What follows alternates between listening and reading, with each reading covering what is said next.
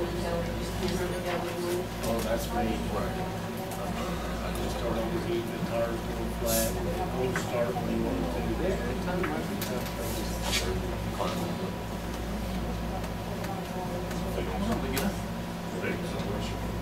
Well, I'm going. I'll talk to him.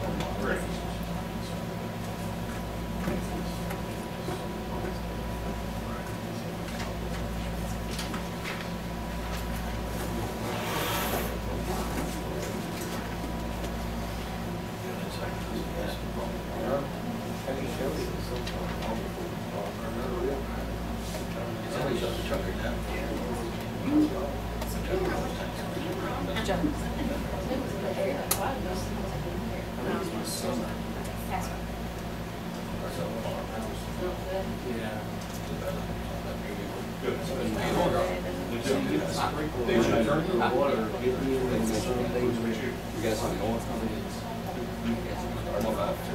Oh, okay, your mom. That's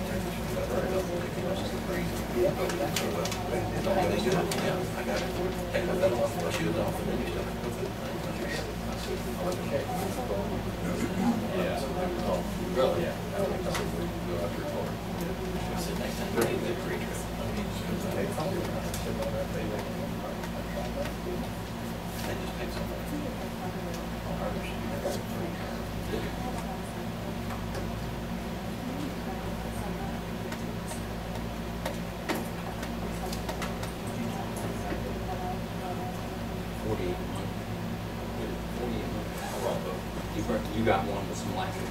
I do. I got to see one of them in there. Okay.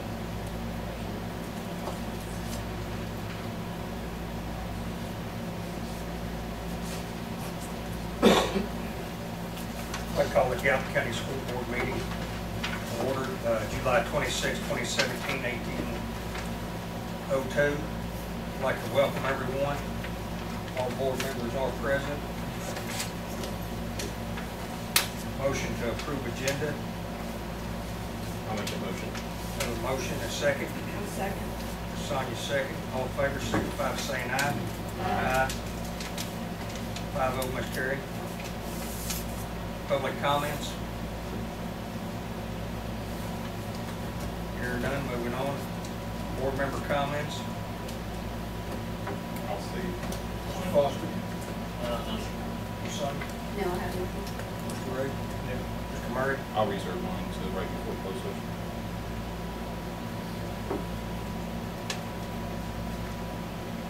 Moving on to new business.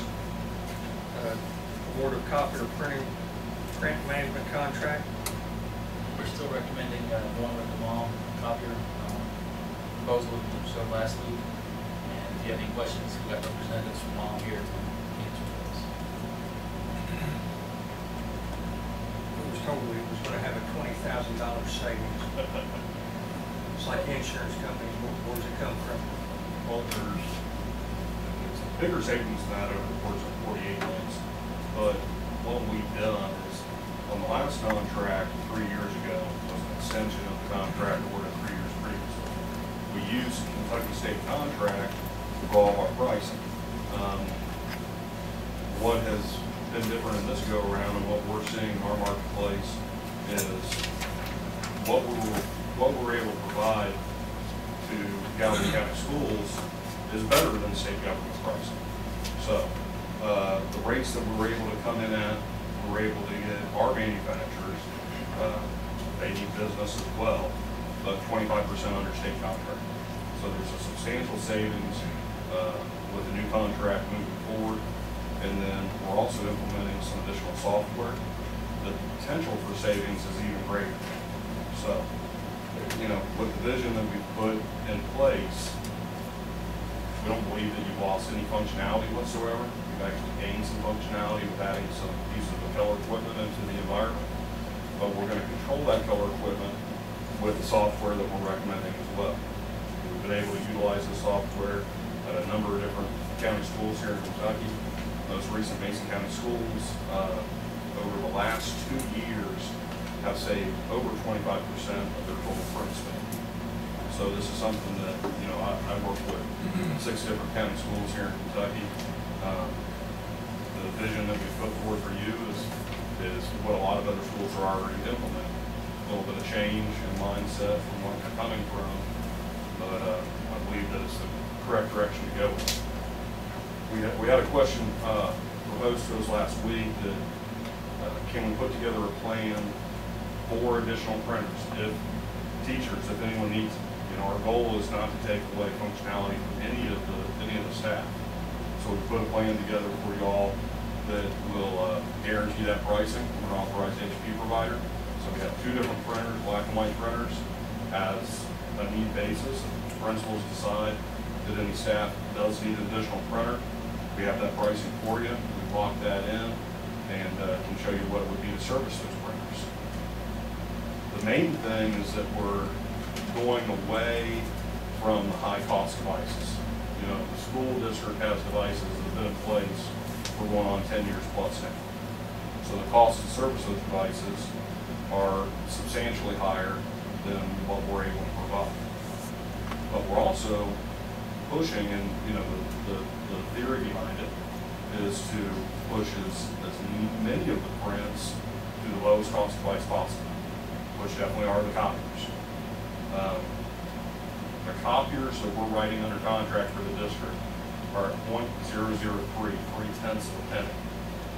The cost to print to a printer, today you all are spending probably over 3 cents per print, the Staples pricing. We're offering 2 different options, one at a penny 0.09 and one at a penny 0.013. So to be able to print to the copiers at 0.03 is the savings that the district is. I mean, that's a hard savings. That's a real number. So we brought the additional printer pricing for you guys today. We want to make everybody happy. We want to give everybody the tools that they need to be successful. But I hope that you all are happy with the new contract. Pennies per print doesn't sound like a lot. This is just for the folks in the audience. We make over 3 million copies a year in this district. So when you take pennies times 3 million, it becomes real safe. You had said you will see a substantial savings now and a substantial savings on the software. I know you can't speak of the software, but what is that substantial savings now? If it is a hard number, there should be a hard number on it now. There is. So depending on, for us to put a hard number on it, we have 2 options. We have a 36-month lease, which is what you all are on now, and a 48-month lease. It just determines how long that equipment's going to be out here before it is refreshed. Okay? So if we were looking at that the $2,900 that we're proposing for a 36-month lease, you all are paying $3,800 a month now. So if we're looking at, So just so I'm clear and I'm following you. Absolutely. You're proposing $2,900 how often? per month, Okay, and we are paying currently 38 now, you said? 38 with your overages, yes. Last year, we paid $39,895 out of our general fund for copiers. That was just copiers, no printers, etc. Next year, the estimate is $30,650. That's what she's got on here. Annual cost, $30,680. Don't worry.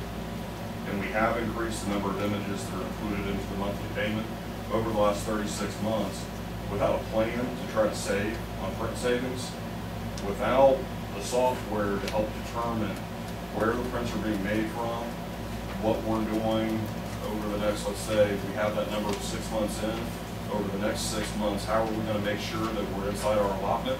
Right now, you have no fail-safe to make sure that you're not hitting these annual overages. It is just on a whim, where are we at the end of the year?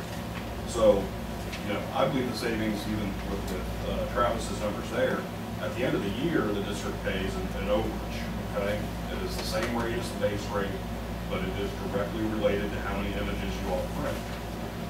Without there being the software to help control some of that, it is a shot in the dark of where you all come in. And I get what, and that rings a bell with me when you say control. I don't necessarily, I mean, we are a school system and we do need printers and copiers. I'm not saying nobody wastes, but, you know, the last thing I want to do is tell my teachers, we need to start controlling everything you print, you know.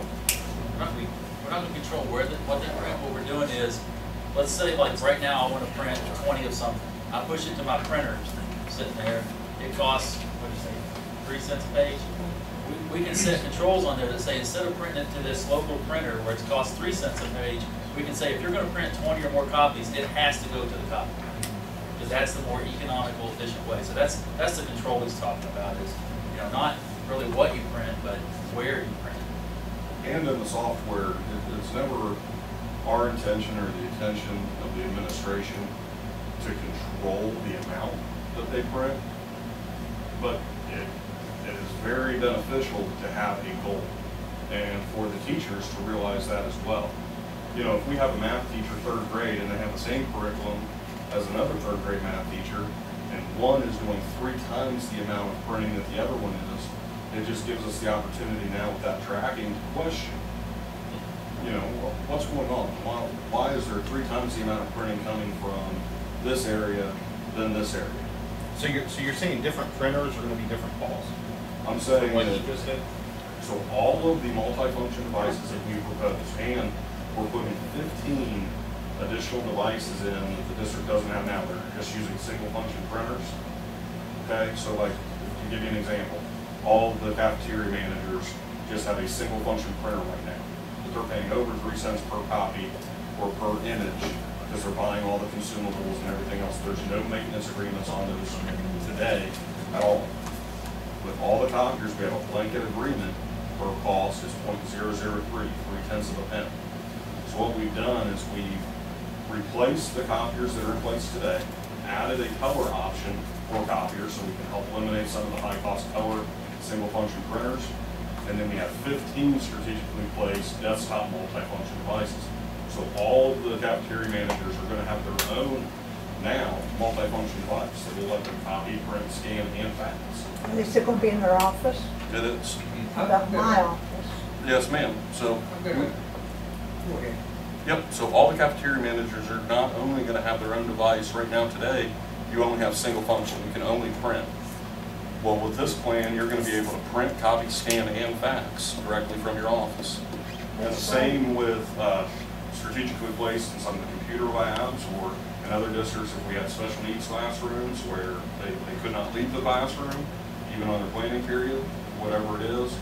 But I think we've put the correct equipment in place to make everybody happy. My big concern was just, we all day long have so much stuff that we have to do.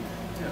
All day, just, you know, different times and everything, and my concern was them to run all over the district to get their job done. Can you explain a little bit about how the software works? 'Cause the way I understand what the paper cut software is, I can print something and say, print it, and then I can walk to any device in the district and print it out from that device. So All the devices that have the embedded hardware. So all of your main copiers for the schools, right now there are 2 in each school. We have one right outside here in the board office here. So all those devices that have the embedded software, if they want to send a color job over to the board office, they can authenticate it with their teacher code and print it off here whenever they want. So the functionality, it gives them some added functionality. And some of it has just been a mindset, and it's a different way to do it.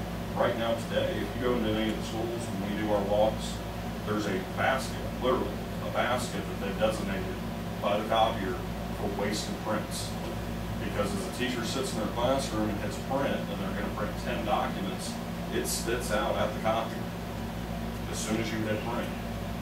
So we're moving to where you have to authenticate your print codes. Each teacher, it gives them the ability, so if they have 20 prints that they hit, they have 5 different print jobs that they've sent. which adds security to student information. If you print out an IEP or something with student social security numbers, et cetera, and it just lays up there all day long, anybody can pick it up and walk off with it versus having to walk up there and authenticate, print it out in your hand and walk off with it. So, Absolutely, that's there's security multiple issue. benefits. You just answered one of my questions, and I've got two more questions for you. Color copies cost more than black and white, correct? About 8 times. Okay. What happens if somebody don't select on one of these printers? They select color? To determine, Yes. we preset them all to be grayscale, black and white. So they're defaulted black and white. You have to specifically go in and select color through the device or through the print drive. That's the way, And then it that's the way this defaults one's set back. right now. And it defaults back. Yeah, that's the way this one's set right now. Okay. It's set to default like. So you've got a area that everybody's using the printer. Say Mr. Crawford is printing label documents, Mr. Hughes is printing 8x10, I'm printing A4 or something. How many different? Paper options, Yes. we've done 2 additional things on this contract also. And what I brought, with this, I'm gonna pass it I down. think you understand what my question is. I do. Does that mean somebody will have to go out there and change the paper every time they want to print something different? So 98% of what school print, grade, and half by 11 documents are letter-sized documents.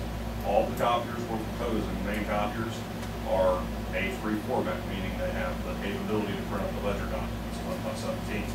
These copiers actually will print up to 12 by 18. We've outfitted all these copiers, so as far as available options, we put large capacity trays on the machines for 8.5 by 11. So instead of getting your normal 500 sheet, you guys are getting tandem 1200 sheets. It's what I've seen in school districts that is the most, it makes the most sense because that's the most amount of paper that they use. So I believe that the equipment is set up well. As far as like, another question, since you've said that, I've got the security on those printers. Say I'm printing, say Travis, we're printing payroll checks and stuff. What would keep somebody from coming back in, printing off? So the devices are equipped with hard disk drive security. But what the real problem is when the devices leave the district. So in our proposal, we're wiping all the hard drives free of charge when we ship your equipment back. Okay, some companies don't do that, but it's really, they can't print off, but if someone were to get that copier in their hands and somebody was smart enough, they are, to access the hard drive and then print documents that have been saved on that hard drive. So we have a document that we provide to you all. We need to take the responsibility to clean and wipe those hard drives before we send it back to police academy.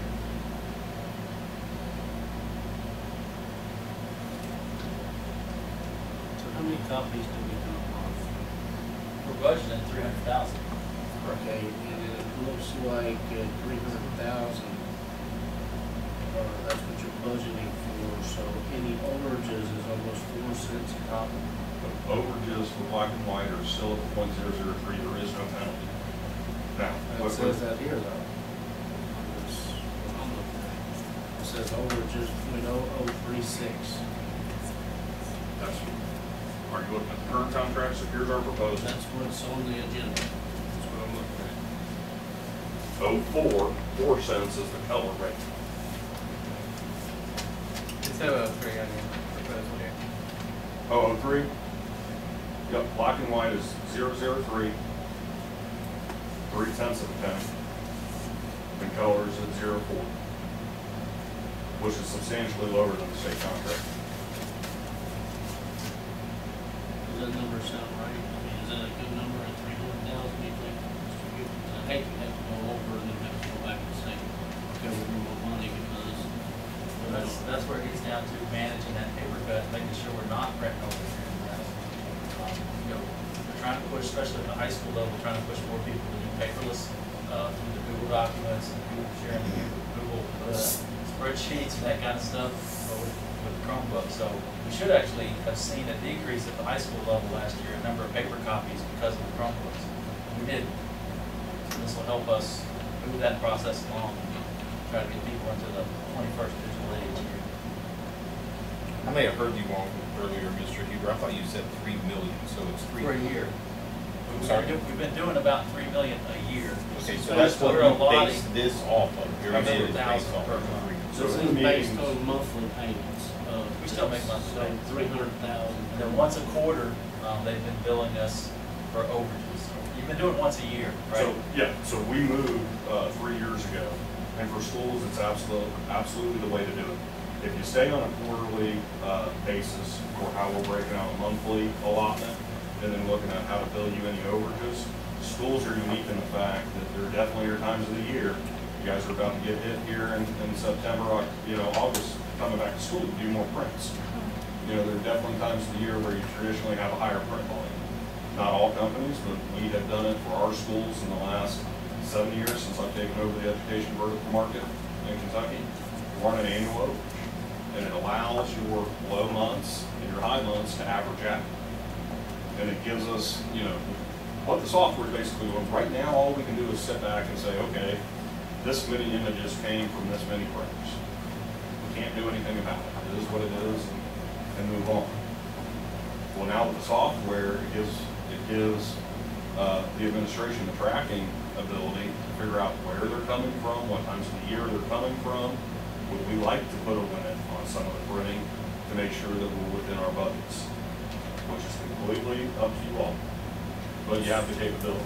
So if we go, just kind of clears my mind, so you're going over the amount of copies we make over the year, or if we're over 300,000 in that month, we get overcharged? So if you were gonna get charged for months you get over 300,000, it would not be a good thing, because you would definitely get hit, like in the months of August, September, you'd have to pay. The months like July that you're not getting 300,000, you would still be paying for. By doing an annual overage, it is an average at the end of the year.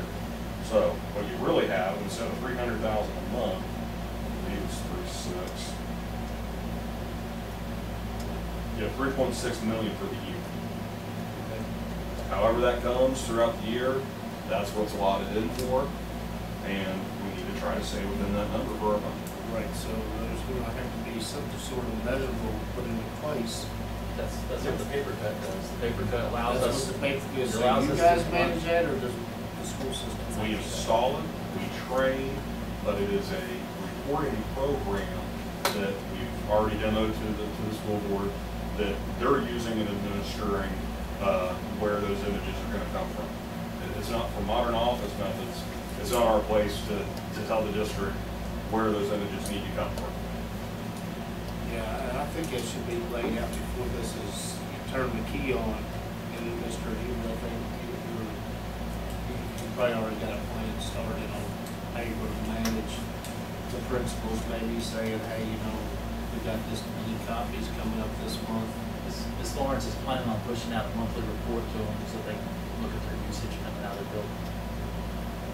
So we can automate a report that we push to each principal, and we can even go departmental based upon how you guys can see it. But another reason why we went to the 3.6 million versus the 3 million, which is what we did last year, is because we also brought visibility to the print space that was in an on-bid spot for the district. So we did a physical inventory of all of your printers and quantified those in terms of a monthly expense, which is something that nobody had an understanding of because it was purchased by teachers on an as-needed basis, of which we determined you guys were spending roughly $930 a month in just toner to fulfill the prints on those LaserJet fleets, of which we've now determined with Michelle which devices we were going to eliminate. So we physically mapped the environment and made sure that we weren't losing any functionality like in the cafeterias, but we're now using PaperCut to help drive those images to a more cost-efficient device and making that program so it is all-inclusive.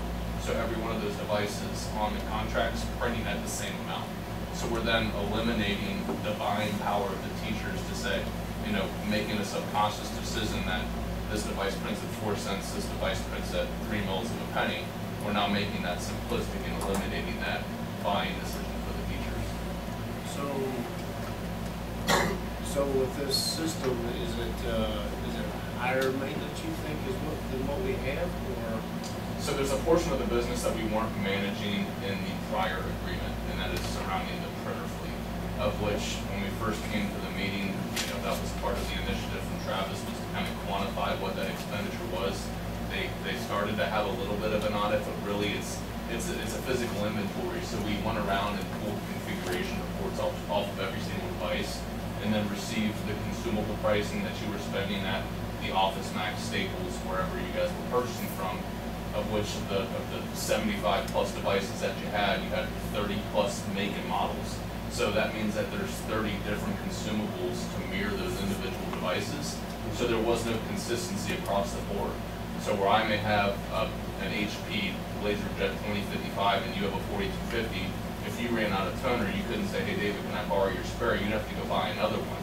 Those expenses were not being audited and they were not being budgeted for because they were coming out of the general fund. Yeah, I get the standardization, I really like that, you know, And those numbers aren't in the savings that we're looking at, that additional $900 a month that you all are spending on just the consumables for the printers, you know, that's not even, Michelle, in the paper they've got in front of them, Michelle estimated that the schools were spending about $10,000 to $11,000 per year on toner and printers and that kind of stuff. So that's when he said, you know, total savings of $20,000. She's figuring that cost. into it, okay. Yeah. So it's that cost actually gets absorbed into our contract. So I'd like to go back to the $20,000 savings in that, because, you know, one of the things I like to see is measurables. To have, say, you said you had 25% savings at the other schools, what kind of measurables do you have in place to justify that? So we got those numbers directly from the school board, just in paper bought as well. They saved an entire semi-truckload of paper that they bought with the print reduction that they were able to accomplish. And it wasn't, we're not letting the teachers print what they want to print. And there's something that happens when the teachers know that possibly their prints are being looked at. And are they printing truly what only they're supposed to be printing? The other savings is this, I mean, like I sit back here in my office and I type up a letter and I hit print. And as soon as I hit print, I realize I had a misspelled word in it. So I fix the misspelled word and I hit print again. And then I realize, crap, there's still something wrong, and I print it the third time. Under our current system, there'd be 3 copies printed, 2 of them are wasted, right? Under this new system, I can walk out there and go, first one was bad, delete it, don't print it. Second one was bad, delete it, don't print it, just print the good one. So there, right there, we've cut the cost of printing that one letter into a third. And that's part of that unforeseeable savings that we were talking to. So at the end of every single day, we can set it up however we'd like to see it, but it's basically building a queue against your unique identifier. So if you sent 7 jobs to the device and all of a sudden you only needed 3, and you deleted 4, that 4 is a quantifiable savings because otherwise they would have printed it anyway. So we're physically going to take those measurements and they get sent back in the form of a monthly report to Michelle to say, you know, we saved 30% on our jobs because they were not physically printed. We're not printing the errors, we're just printing the good documents. Right. So you brought up Michelle quite often, and that was one of my questions too. So in the IT department, how much more work or how less work is that going to put onto our IT department using your system? So, and I'll answer that because I worked with Michelle and, what was the lady's name? The CIO. Kathy White was here before. Yeah, it was one. So I work with those CIOs. And what their responsibilities are today is management of all the front end. With all these different printers that are out here and all the different models that they're responsible to help keep on the network, which is very important to the security of the school also. But it's a daunting task. Open service tickets, that will be taken away. The software reporting is automated. That's why you pay for the software instead of manually doing these reports that we don't have the information from. Right. So ultimately, I think that on this go around, and us being able to eliminate 10 different models of printers, that it should free up more of our time. Well, that's exciting too, I because see it kind of as a trade, because right now, she touches every purchase order for printer ink in this district. So even if now she won't have to touch those, because it'll all be going through you guys. But she is gonna have to monitor those reports and talk to the principals about, hey, you know, you're doing way more than what we think you should be doing. Let's talk about how we can reduce that. She'll have to be doing some training, especially the first year, probably with the teachers on out that first year. And it's not an easy job, but really, when you're looking at what you pay a person like Michelle in her position with her capabilities, would you rather have her protecting the security of the network and working with the principals to help figure out how to reduce costs, or processing counter orders for you? Well, that's where I'm going, because, a lady of her skills, if that takes some of that time that she spends in our current situation, then that opens her up to better things. I think that absolutely there could be a lot more positive things you could do than processing counter orders. Just a general summary, all going through, putting color printers in the school systems, times put the printers centrally located. When a teacher hits print, it's automatically defaulted to black and white. At that point in time, if it's bold printing, it will project it to go to the printers. Well, since we're, Or if it's something for them, it'll stay with their printer. for color, we're only offering the color copiers at the .04. So the only thing we have to do now is manage that color, manage how much each teacher really needs in color. Do we need to set limits on it? But absolutely correct. Everything that prints all in black and white, they'll have to select color to make sure that that's what they want. And when they walk up to the copier, like Travis said, it makes so much more sense, because when you're just hitting print, I do it in my office all the time too. I print a ton of books. To have to walk to the copier when you have to walk there anyways to do your job, but when you select it, it actually thumbnails that print job up on the screen. You know what? I don't need this fourth print. I need these 3. I sent this down 4 hours ago, but I don't need this one. I'm not going to print it. What was the extra cost per printer if we need some in different locations? We have them here. We're giving you 2 options, okay? So footprint and cost, what it would cost on a per-click basis. Like per click. Per click, per copy. Yes, sir. Yes, sir. And another really cool feature about having that print queue is since there is 2 copiers in every school, if there is a huge line for the teachers in the beginning of the day and they're used to waiting 20, 30 minutes to receive their job, they now have an additional option without having to go back to their office to send that job to another device, because it was all built within one queue. And if Travis knows he has a meeting at the high school and he pushes the print option, he gets all the way to the high school and notices, I forgot my job, he can simply just release it at the high school instead of having to come all the way back to the board to receive his job. I mean, my concern looking at this, $325 per person that needs an extra printer, how many are we going to need is going to be the big question, because that can drive up this 2,900 real quick. Mm-hmm. And we took all of those different scenarios into consideration once we mapped it. So when we physically plotted every single device on a map, we kind of went through the scenario as to what teacher is using and what for, and then we quantified it based upon the number of prints that they were actually doing. I mean, there was devices that we saw that did on an average 2 prints per month. So from a convenience factor, I mean, 2 pages to have a device that costs $325 just doesn't make a lot of sense. You guys printed out usage reports out of every printer that would do that, right? Correct. And we've got that listed here by serial number by device. So the $936 a month that you were spending in toner. So I have a question. Sir. Moving forward on this, because it seems like we have a lot of questions, and I mean, this throws a big red flag up to me as far as how many devices. I would like to know how many devices am I going to need in this district before I said yes tonight, so to speak. We've already mapped it. I mean, we worked with the principals, we worked with the. And we did. Well, I've gotten a lot of complaints on different areas, so I mean, that's where I'm at on it. Where are the extra ones at? I mean, so you're saying, I know the food service director asked about her scenario. So you have a printer in each manager's office? We do.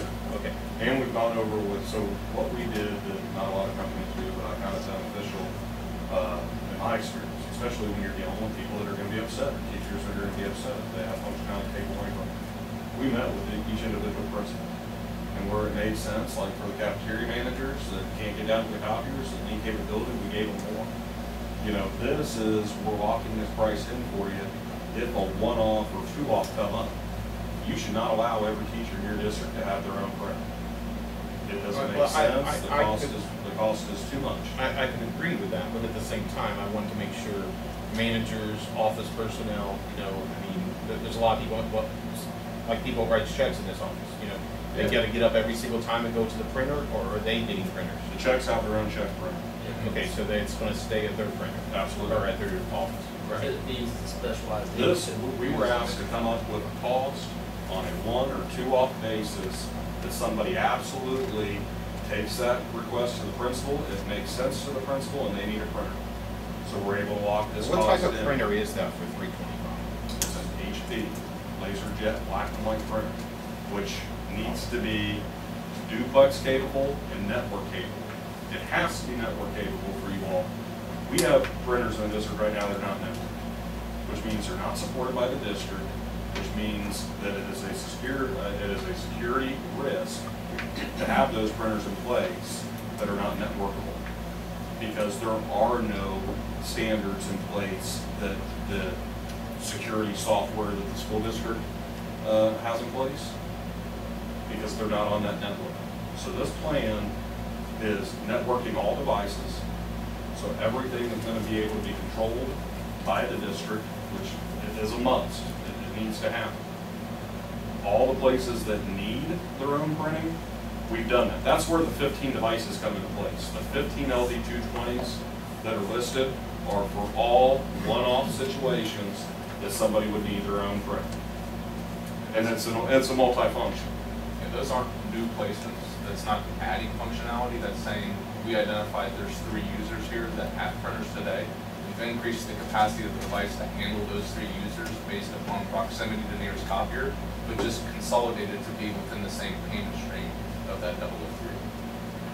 My only other question, and this is probably a little off, but, you know, in our last meeting, we had made a motion to have investigators come in. If at some point we see, and this was for hiring practices throughout our district, this central office could potentially be a area of concern for investigators to look through the printer.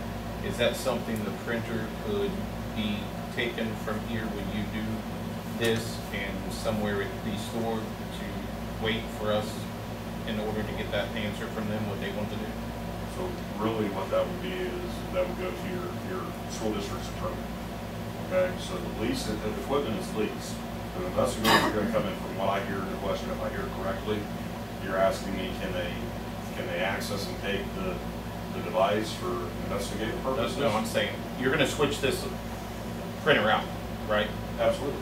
Okay, I don't want that printer to disappear until investigators know whether or not they would need to get into that printer to find out what's printed off of it. So here's how that works. The end of the lease is coming up, okay? It actually expires in September. So we have a month to get new equipment in. It is ran full term.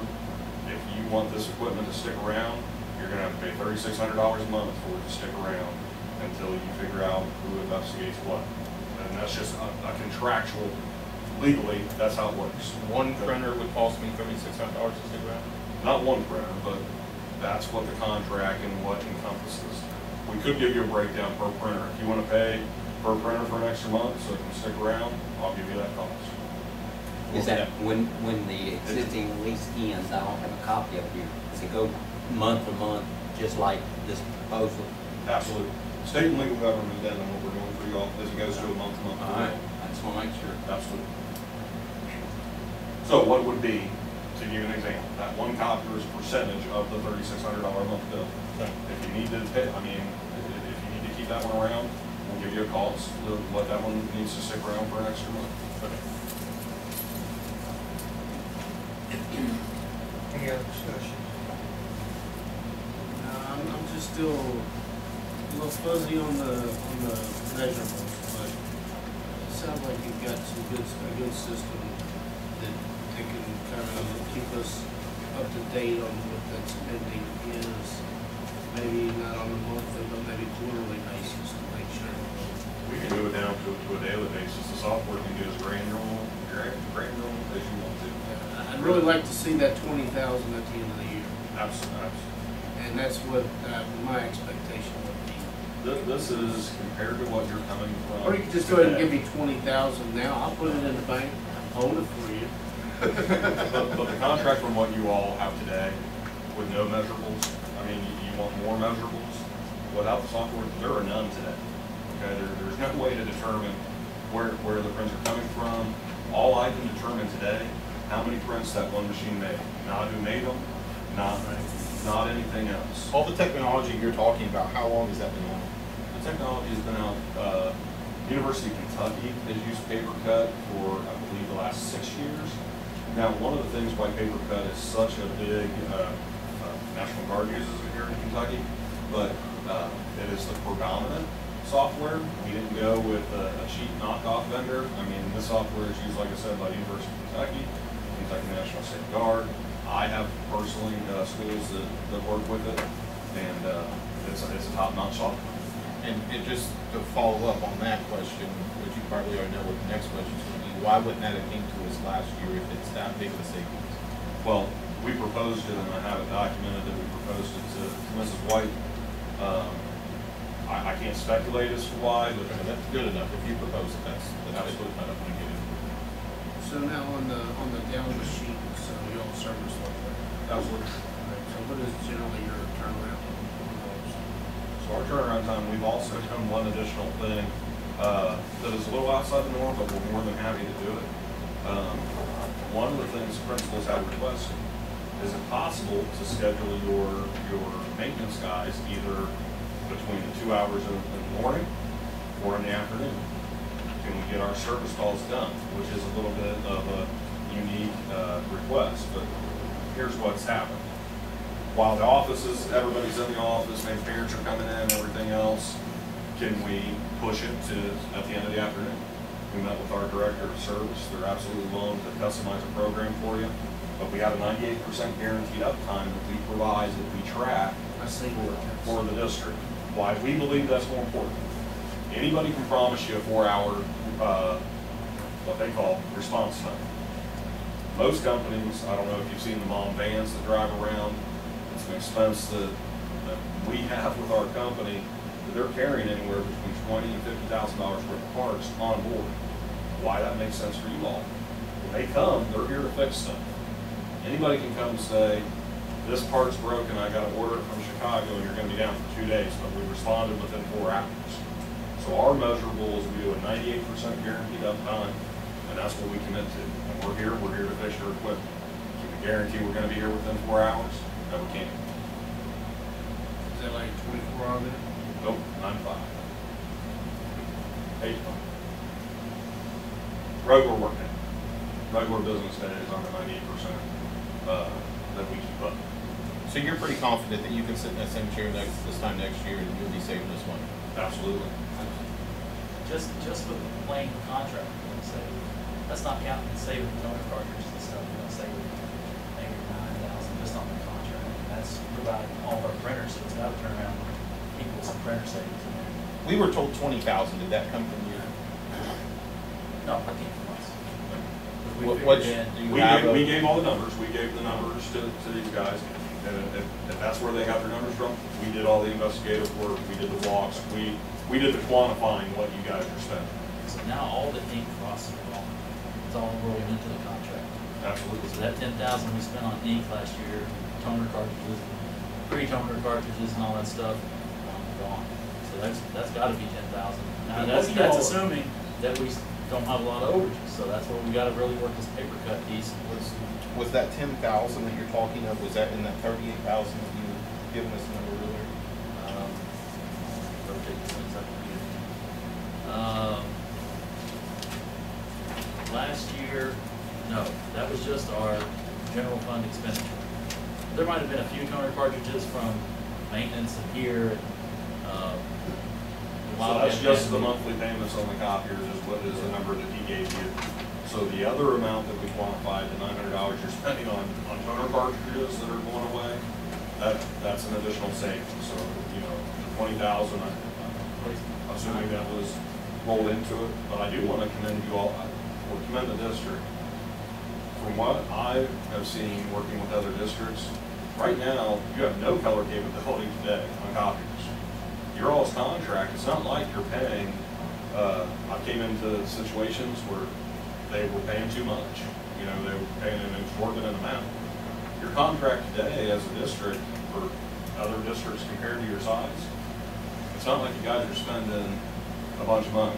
But when we came into this, from what we've seen in the marketplace, is the manufacturers are willing to go under what the state contracts are for. I mean, the savings that you all are having, is that in addition over what the state contract calls for? The only other question I have, and I'll have no more questions, is have we given any, no offense to you all, I'm not saying your contract's no good, but have we given any other office printer companies a chance to bid any of this? Are we in the realm of legalness here, Mr. Crawford? As far as I understand, we are. The only realm of legalness, I asked him off before we started the meeting here tonight, that if you commit to this, either a 36-month lease or a 48-month lease at the price they've got here, plus any overage, which we've had all this discussion about. And I asked him, which he tells me, if I understood his answer correctly, that although it's a 48-month lease that you would sign, it'll have language in there that we discussed at the last board meeting that you could get out of the lease if the district did not have the funding. In other words, I don't want to see the district written up because you extended into a debt over a year. And schools are only supposed to indebt themselves for a year. There's ways to get around that. He's got to have language in his lease agreement. He tells me they've got, I'm sure they have, they've dealt with 6 other districts. And we're only supposed to sign a contract a year at a time, will that To indebt yourself, yes. But nobody can afford, and here's how it works with KDE. I've worked with the Kentucky Department of Education for a number of years. The shortest term that we do with any of our schools is 36 months. I'm confident we can keep the equipment running for 48. But what the attorney is referring to is a non-appropriation addendum. That's right. It's a state and local government addendum that states we can't hold a district or a government entity to any payment if you don't have the funds for it. I have no doubt that we can't pay you, you're gonna get your stuff back out. I mean, and you know, I've never seen that happen. I've never seen it where a district, I think as long as you keep moving forward and you let technology help you save money, you just gotta be willing to accept it. So the smart thing would be to do the 48. I mean, if we can get out of it. With that language in there, that's the cheapest route for the board. To answer your question, we talked to 4 different companies about this project. Only 2 of them were willing to come in and actually do the work and walk through and count copiers and count printers. And so we had proposals from 2 companies, and we're recommending going along. Our service techs, we have a large market share, especially in rural areas. Picked up Lewis County schools. The schools are all the only thing that I support in Lewis County, but Lewis County, Mason County, City of Williamstown, Campbell, we got Pendleton, Bracken. The strength of what I see in our program down here is our service guys are from Kentucky. They're here. You know, we're not sending people from Cincinnati. There's companies out of Cincinnati that didn't even want to come down and bid the job. Didn't even want to come down and look at it. But we're here, you know, we're Dorman products. We've been in this community for a long time. Other questions?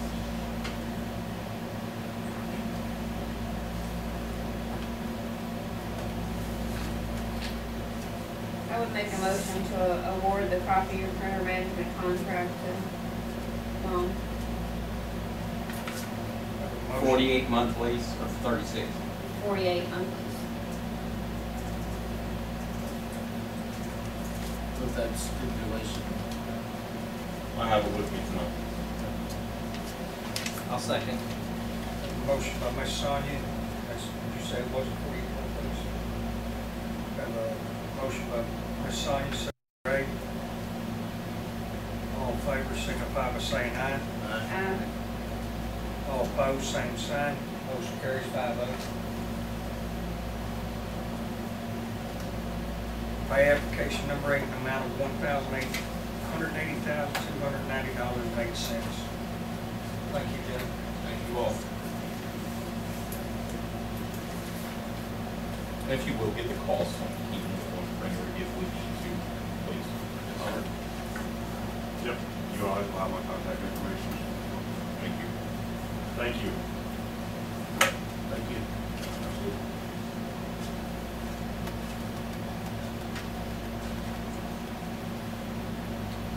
So I'll run these two tickets and pay the board on my way. Together, pay application amount of $180,290. Bus garage change order number 5, add 4 days due to weather, no extra cost. You're putting them together. Run it together, no objection from the board. I had a few questions on that, on the bus garage itself. There's been many questions asked, and I guess as you guys as architects, Hold on, Mr. Crawford, I need a motion on that, combine them to run them, number. I really think you ought to do them separately. Okay.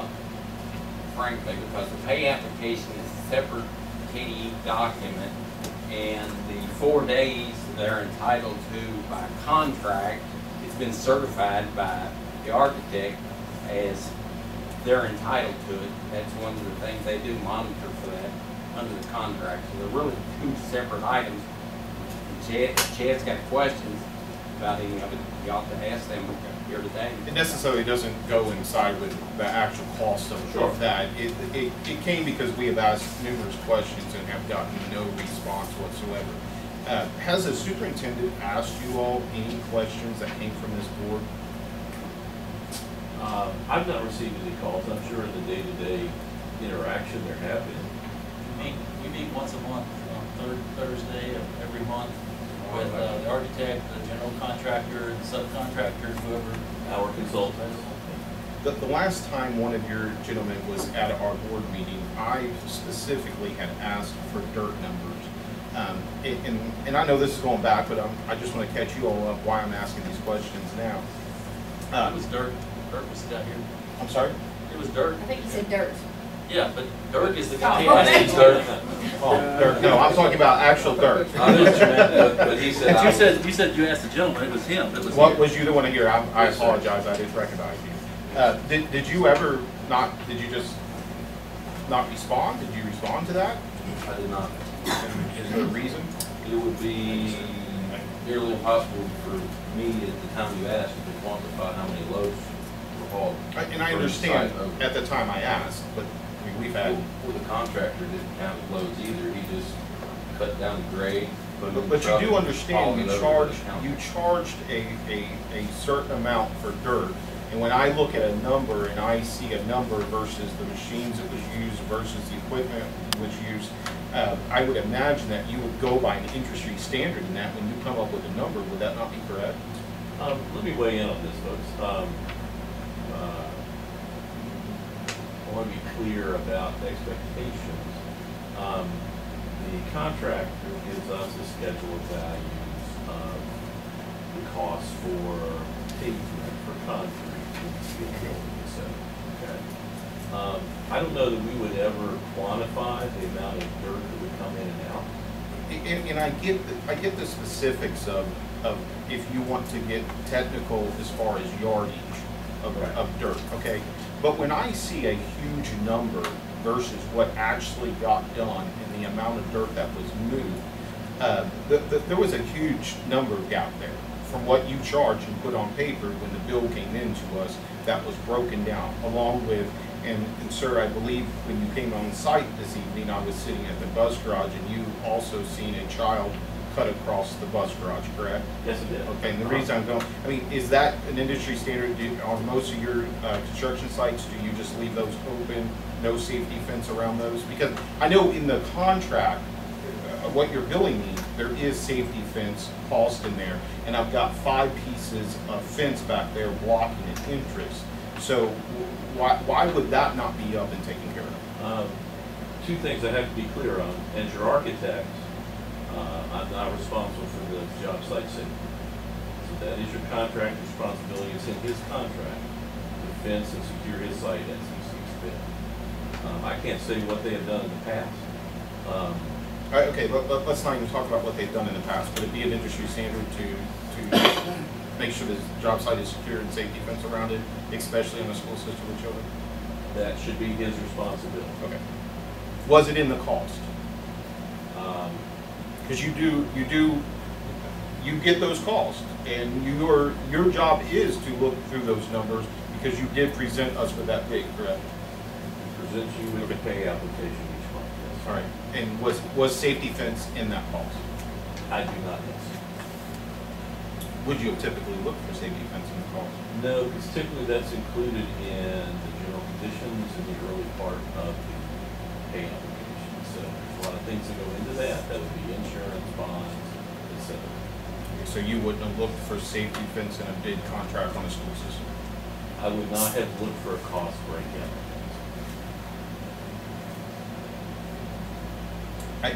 The reason for all these questions is as you see in this, that's a huge issue, a child getting hurt on the site. There's lots of, I mean, obviously this is a very expensive building, and I have lots of people asking me, and you know as good as I do, I fought this all the way because 1.9 million for what we got. And when we ask you specific questions and you can't come to this board and answer those questions, dirt numbers, I asked for a cost comparison, or a cost difference, I should say. You had lighting you installed. Do you remember that question, sir? Is there a reason you did not get back to the board on that? The question was, I recall, several months ago, it was why we went to LED lighting upgrade. Not why we went to LED upgrade. The question was, you charged me X amount of dollars. Obviously, when you put lighting in, you had a number on lighting, correct? Again, I want to be clear that we're not charging you for lighting. The contractor is charging you for lighting. We are the architects that review their costs and say You whether do they're review their appropriate or costs. not. So Yes, you sir. have that number, correct? The cost of the LED lighting, of course. Yes. we do. Okay, so is it hard to go back to the contractor and say, what did you charge me in this original bid for the lighting? Because I have a person asking what the difference is. If you said, I'm coming to you and the upgrade is X amount of dollars, it's easy for me as a board member to say, okay, this is what they charged me originally for lighting, this is what they're charging me now. Is this a good value for the money? Do people not normally ask those types of questions? If we didn't respond to a question, then I apologize. We didn't understand or weren't clear on what you were looking for. And you normally, when someone asks a question, you're not clear on what someone's looking for, you don't call that person or call the superintendent and simply ask, hey, could we get a clarification? I apologize. You can't, I can't speak to the specifics of that question from us today. okay, so you weren't involved in it. Can you speak to the specifics of that question since you were involved? Well, as Travis spoke, monthly we meet, we talk a lot actually, and we provided a change order that showed the difference to go to LED, which everybody approved, and we vetted it with our consultants who are paid professionals to do that, to make sure that you're getting the right price to go to the LED lighting, so they did that. We Actually, also vetted I it, think that and we was went one over it in the meeting. Yeah, I think it actually came back a little higher the first time, when we went back and hit the vendors again and said, I get when you say that you took it to paid professionals and they vetted it, but I also can vet things if I ask you a question. And technically, your job, or the contractor, if we're gonna push the blame back to the contractor, should actually come to whoever asked the question, answer the question. Whether the whole board approved it or not, I'm still a board member and I have the right to ask the question because the cost is obviously going up and going up. I'll go to the next question. The metal roof on the building was the same instance. I'd love to follow up. What is your specific question on the LED? Well, I mean, the LED lights are in now. I mean, Well, yes, sir, but- I mean, it was the difference. The difference in the. Actually, I believe your question was, you questioned why we didn't design it in the first place. with Well, LED that was one of the lights. questions That was also. your question. That was You a went question to also. some kind of design parameters of why we didn't do that, which we did, and it was value, I explained that night, it was value engineered to go back to fluorescent lights, and the owner asked me to go to LED after the bid. So it was bid originally with LED, over budget, value engineered, came back, had contingency, that was one of the items we put back in. So you're That's what saying happened. that was an item that came back as a valued engineer? Yes, sir. Was you aware of that, Mr. Huber? I don't remember that specific item. we've changed so much from the original design down to the second design. And I apologize, but the project managers that was working on that is no longer. Yeah, so we'll do our best to answer your question. And the same thing with the lighting was with the metal roof. I simply asked what was the difference in that.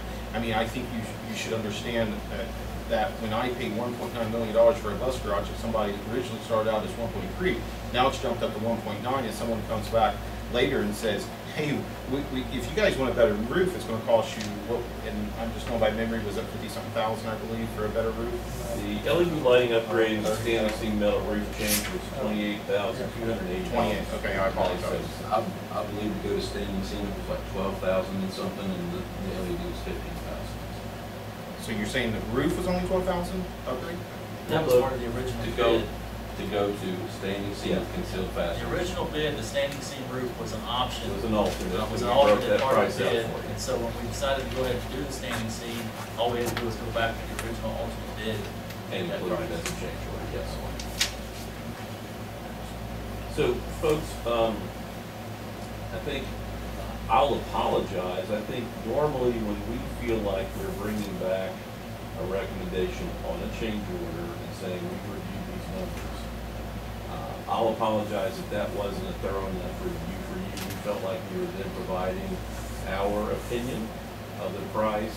As Mr. Huber said, before we bring these to you, we work on your behalf to make sure you're getting a fair price. And we go back to those subs and that contractor and say, you know, we don't think this is fair, take a look at this again. That number came down, then we review it, and then we make a recommendation. So we have reviewed it on your behalf and then make that recommendation. If that wasn't enough detail, then you have my apology. Which is the same thing you do on payouts, right? Absolutely. You review the work completed, you Yes. look at the materials stored on site. And you go to your. So you do review work completed? Yes. Okay.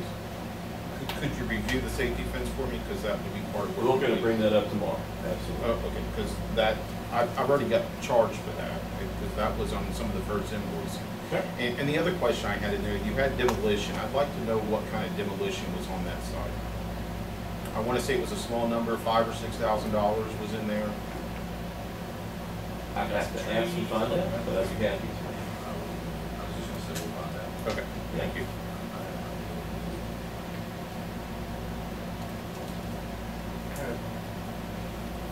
How many years does it take to pay for LED lighting? It depends. I wish, because I had this conversation with all my school districts. And I'm just asking out of curiosity, you're an engineer. I'll tell you, I had somebody come in and give us some estimates on what it would take to do every light in the district and go to LED lighting and see what kind of energy savings. They were saying 7 years, but I thought they were overestimating the savings, because they were taking a bunch of maintenance savings, and I'm like, I don't know if there's gonna be that much maintenance savings. So they were saying 7. To convert from a regular, to take this one out and put in an LED, they were saying 7 years to pay. Correct me if I'm wrong on this, Mr. Crawford, that building that they built in Carroll County for the new JCC, they didn't put LED lighting in that building, did they, because they couldn't find the cost savings in it? I don't know, I can't honestly answer that question. I think the 7-year rule, based on what I know from being board attorney for on electric, is probably in the neighborhood. It varies. But again, it's a question of, There's gotta be a cost savings. there is a lot cost less water. savings if you stick with it long enough. It's all part of the explanation you just gave about trying to save paper. Everybody has a discipline themselves. It's not just the LED lighting that saves you money on electricity. I'm just kind of curious on that. Motion to, I'll make a motion to pay change order number 5, or 8. I'll second that motion. Have a motion, a second. Any further discussion? There's no further discussion. All in favor, signify by saying aye. Aye. All opposed? Aye. 3-2. Discussion action, or bus change order 5, add 4 days due to the weather, no extra cost. What's the no extra cost on that? And again, I would suggest that We weren't, this change order, typically they, saying we're gonna add a window and it's gonna cost $3,000. there's no additional work being done, they're just asking for 4 additional days in the change order. So there's no real cost. So why are they getting for this? Huh? Why are they asking for? Well, Under your contract, they're committed to reach a substantial completion date on a certain date. So all they're asking you to recognize is it's been 4 days of this last period. They're higher than the average, because we look at the average rainfall, and whether do you have enough days to work. So we found there were 4 additional days above average that they are entitled to per their contract. So they just want you to recognize that come the end of the job, that beyond their control, there were 4 other days that got delayed. In those contracts, I know the answer, and I'm gonna ask you, do they actually ask us to recognize the fact they weren't there for a long time working and the buildings out there not working, nobody doing anything? Yeah, there was a dilemma or a delivery issue, I understand, with the metal building itself. They worked very hard to get it back on track, and they haven't asked for a 2-month delay. So they're really just asking for what's due as per the original contract. This is, I found too, an update showing you the original substantial completion per their contract, which is tomorrow. And you add the weather days in, which is the new substantial completion date. You'll see that. I wasn't on the board at the time when it was done the contract. How many weather days? What's typical for weather days? I wasn't. Okay, look, just by way of explanation, the substantial completion date is the date that is put in the contract by which they are to complete the project. As indicated by the architect, there are paragraphs in the contract providing that if they have adverse weather days and they're certified as adverse weather days, he's got standards that he goes by, and if they meet those, then they, by contract, can ask for those adverse weather days to be added to the substantial completion date. The key to the substantial completion date is that once they reach that date of substantial completion, they got 30 days under the contract to get the final punch list completed. If they don't, you can have liquidated damages.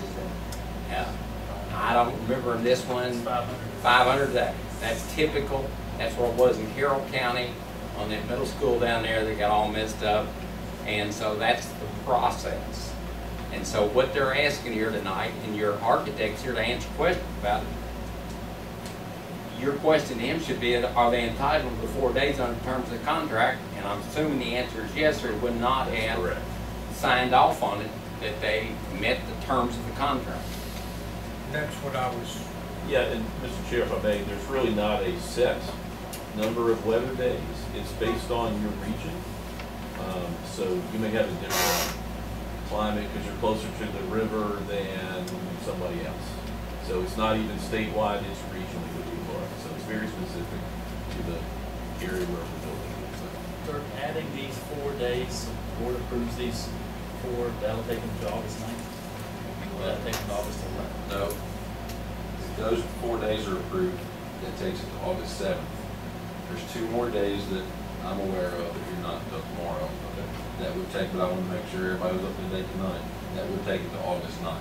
Okay. So those 2 days will be presented tomorrow. We're basically 2 weeks away from completion. Yes. Okay. And I received an updated schedule that says they will be done, I put there August 11th, which is 2 days after substantial. What date do you anticipate me and you walking through and doing a punch list?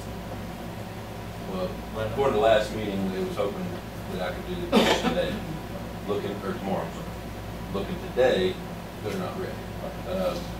So they have asked to do the punch list on August 11th. I'd like to walk That's through. the final thing, absolutely. Yeah, that's part of the contract you can walk. So technically by our contract, anything after July 27th, we would not have to offer any more weather days if they did not complete on August 11th, correct? no, sir, just, you've already previously added some weather days by change order, and then tonight, piece 4, would take them to August 7th. He's saying the 11th, I'm confused. They want to ask That's, 11th is when the updated schedule they just sent me is when they're saying they're gonna be complete. Okay. So that would be 4 days after substantial completion for the contract. So they anticipate being 4 days late. Okay, Right so now. that's why I want to get clear. Yes. But I do want, they've asked for 2 more days on this most recent pay application. We haven't reviewed that yet, we will, and we may bring that back and say we'll do 2 days at the next board. And so, But after the 27th, our substantial completion date is the 27th. By the contract, we don't have to give any more days, correct? you have to get the let me- 4 weather days that they're Under- asking tonight. understand. And there's potentially 2 more. What I'm hearing here tonight is that they should complete this project, substantial completion to be out by the 9th.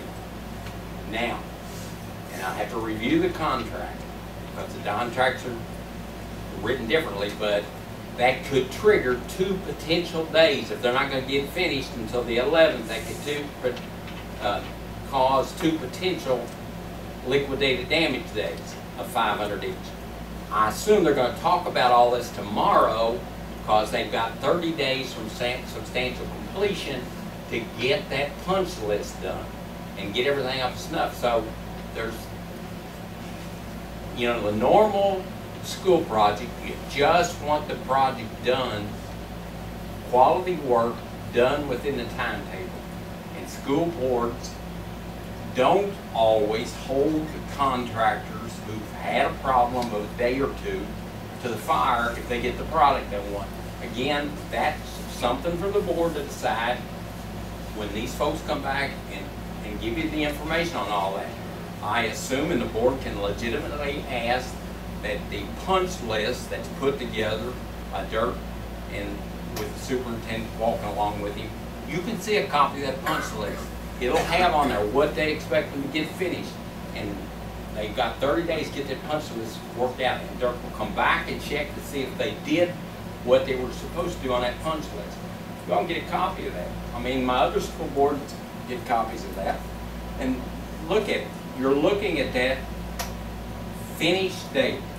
On the onset of this project, we were told we were gonna be able to follow this project all the way through with software and all this stuff. Do you remember that conversation, or was you involved in that? That's Does anybody else remember that conversation? I remember the conversation, but I believe it was a change in architectural firms or something. well, the original partner charts were on the. Right, that's right.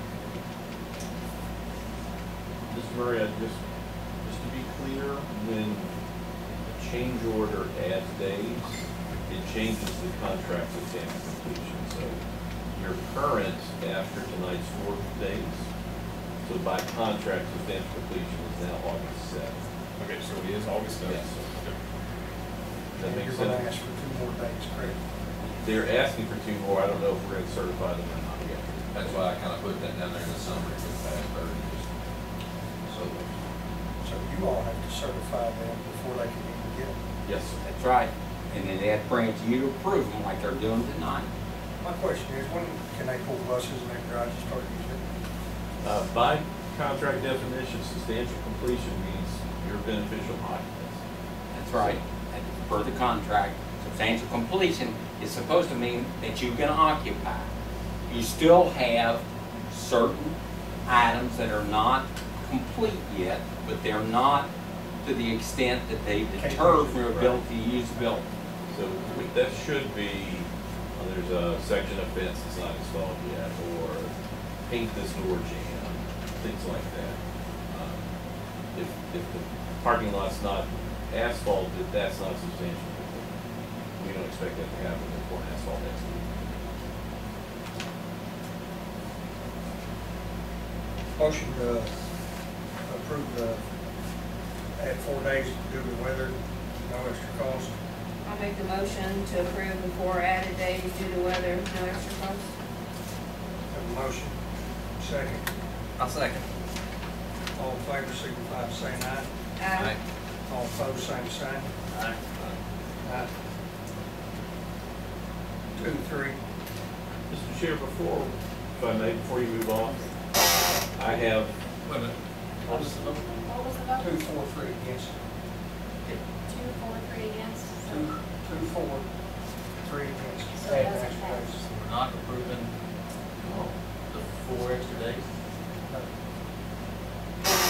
violation of the contract. Well, It is potentially, violation. okay, potentially is, here's what my suggestion is.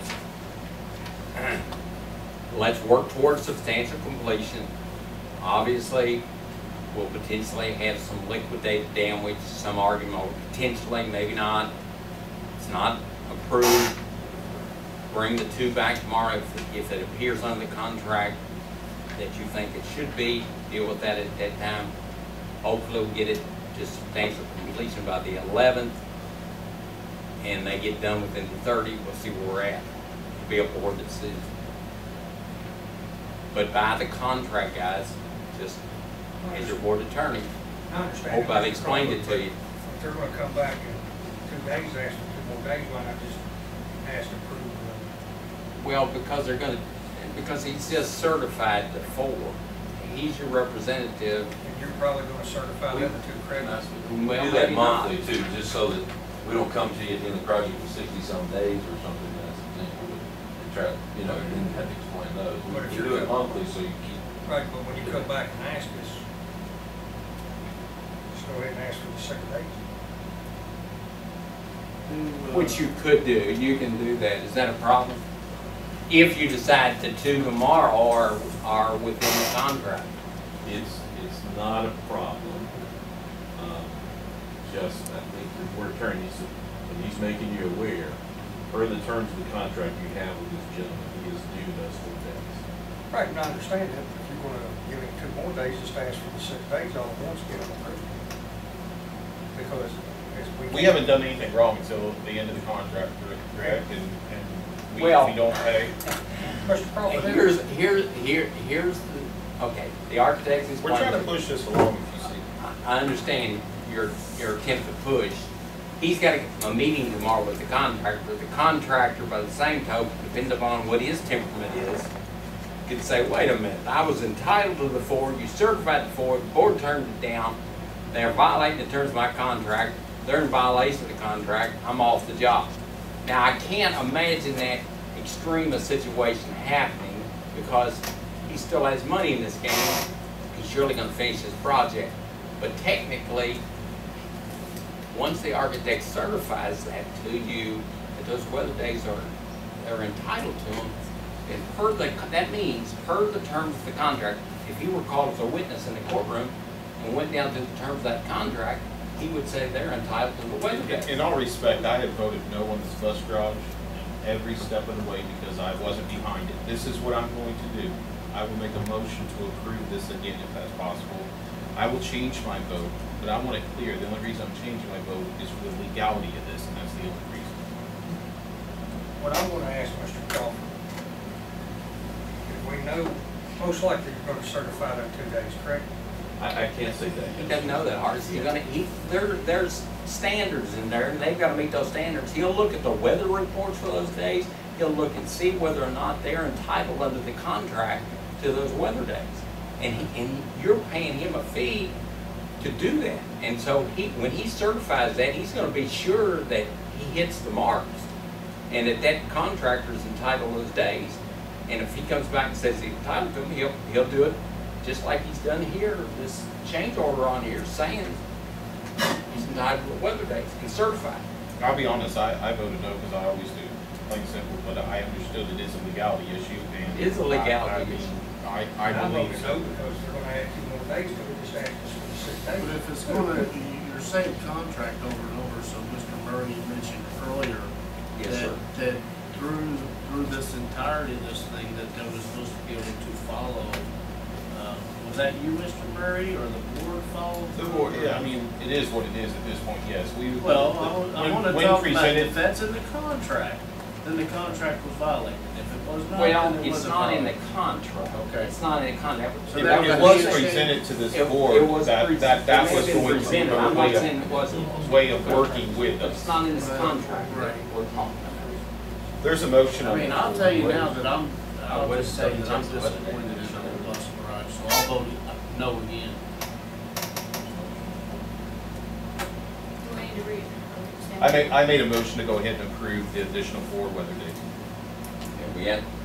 Okay, I think we need a motion first, Chad, to rescind the vote on change order number I 5. apologize, I'll make the motion to rescind the vote on change order number 5. I have a motion, I'll second it. All in favor, signify by saying aye. Aye. All opposed, same sign. Aye. 4-1. Motion, I'll make a motion to approve change order number 5. I have a motion to approve change order 5. I'll second. Ms. Sonia seconds. All in favor, signify by saying aye. Aye. All opposed? Aye. Mr. Foster's against. 4-1. You changed the vote later. Because if we can't add 2 days, they have to come back and Maybe vote on something myself. I say, if we could give them 2 days and be done with it. Mr. Chair, if I may, leaving here tonight, I have 2 things you've asked us to follow up on. One is for us to talk to the contract tomorrow about the safety fencing and your concerns about students being able to walk to the job site. Obviously, it's about done, so give us a refund the money that the fencing was. Okay? I mean, the project's done, correct? I mean, pretty close? It's very close. And I'll look into what was allocated. And then what was the demolition number and what was included in it? Yes. Is there anything else? That's fine. Okay. I will get these back to Mr. Keeper. Does that work? Travis, you'll distribute? Take You care. also let him know at that time if we need those, if you're all gonna ask for 2 more days. Bring those up. Gentlemen, thank you all. Thank you. If I could went ahead and give you the 2 days, I would. I appreciate that.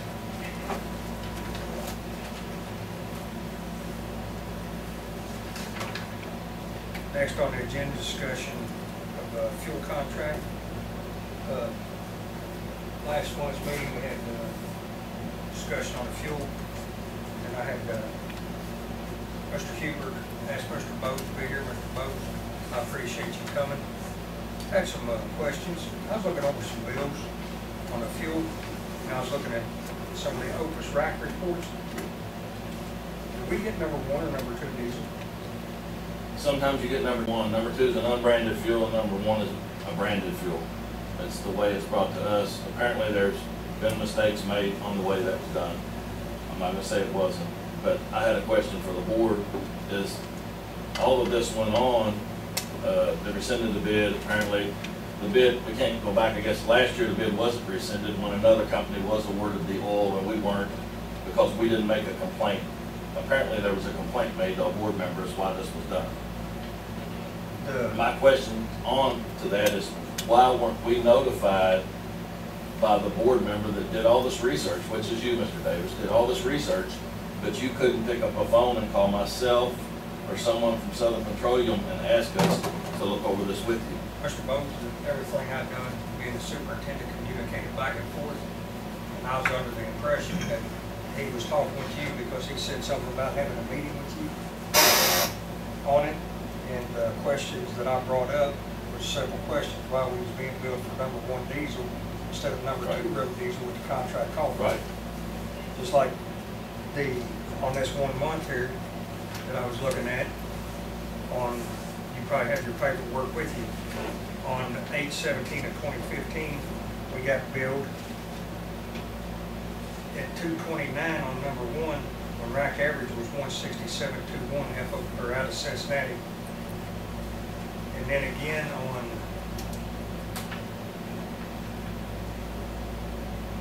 I believe it's 8/31/2015.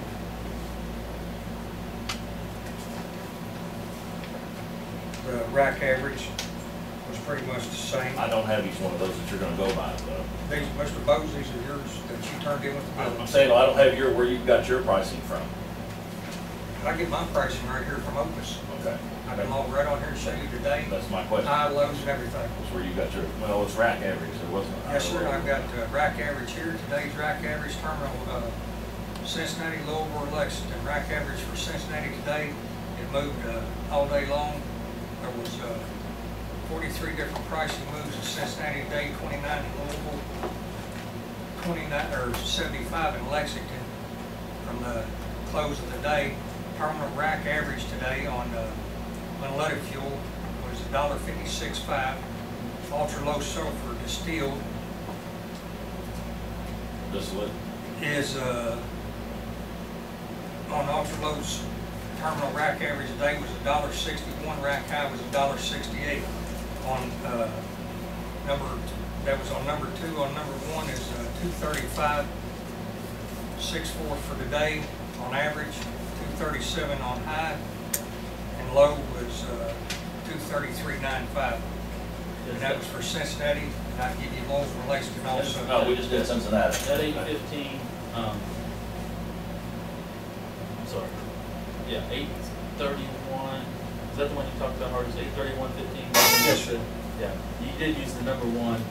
Right. Diesel price. It was underlined at that. Yeah, rack average.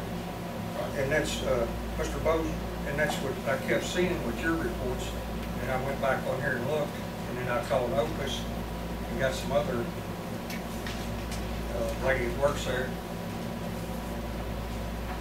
That's I the kept reason seeing that the we- pricing was that way is because when we receive fuel in, as I talked to Mr. Huber about, when it comes in as branded, it's that higher rate than, that's the number 1 is coming in as, you know, your unbranded, which is a Okay, lower I've rate. got a question, Mr. Bose, on your number 2, was the contract called. What do you consider what is considered branded? Branded fuel is a company like Marathon. Each one of those, if you go back and look. Okay, through- Marathon today was $1.6379, but Marathon on number 1 was $239.85. That's your branded price. What it would come in, that's if you have a brand from Marathon, you have Gulf, which we could sell, Valero, or BP. I've got all their pricing right here. Okay, that's the difference. But the rack average for that's $1.6161. That's on number 2. Yes, sir. Right. I said there was mistakes made on the number 1. If I could, I'd like to interject here for a minute, just because I want to be clear and being transparent. And I had a conversation with Mr. Bose yesterday.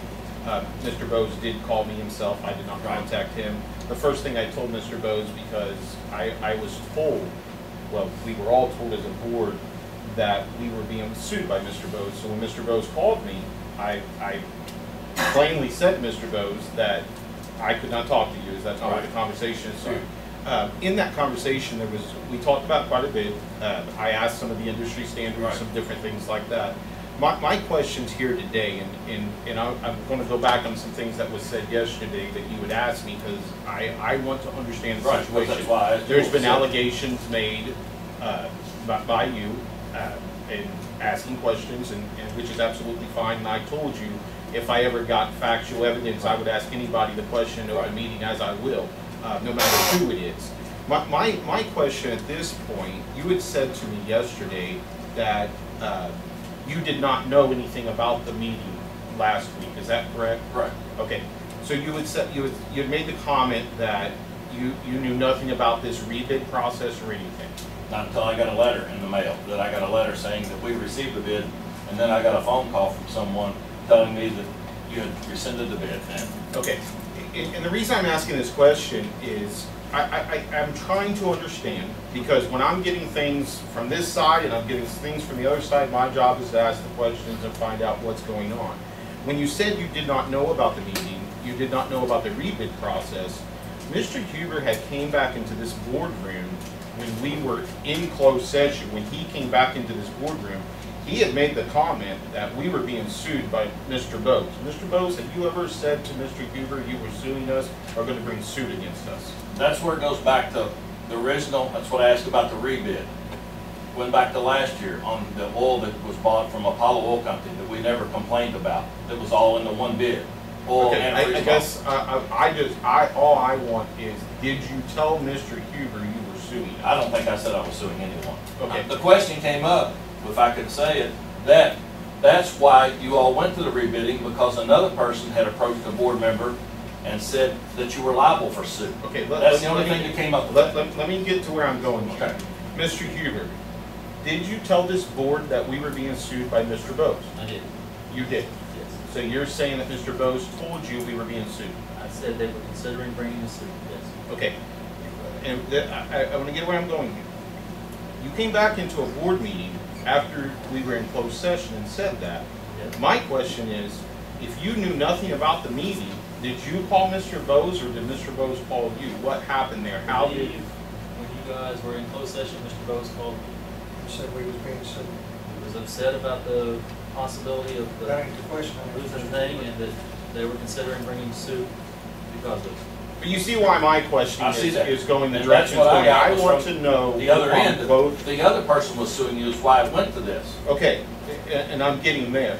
I want to know if anybody else has said they're suing us on this. Is any board member aware of anyone suing this board over this fuel thing? Because clearly, Mr. Bose asked me a question, and I'll say Right. this right here in open meeting. Mr. Bose asked me a question, if someone else is working with another supplier and they say they're suing, should anyone continue to talk? Because I wasn't going to talk to Mr. Bose. And he told me. And I don't expect any other board member to talk with anybody else that's going to sue this district, because that would be Mr. Crawford's job to handle when someone says, I'm suing you.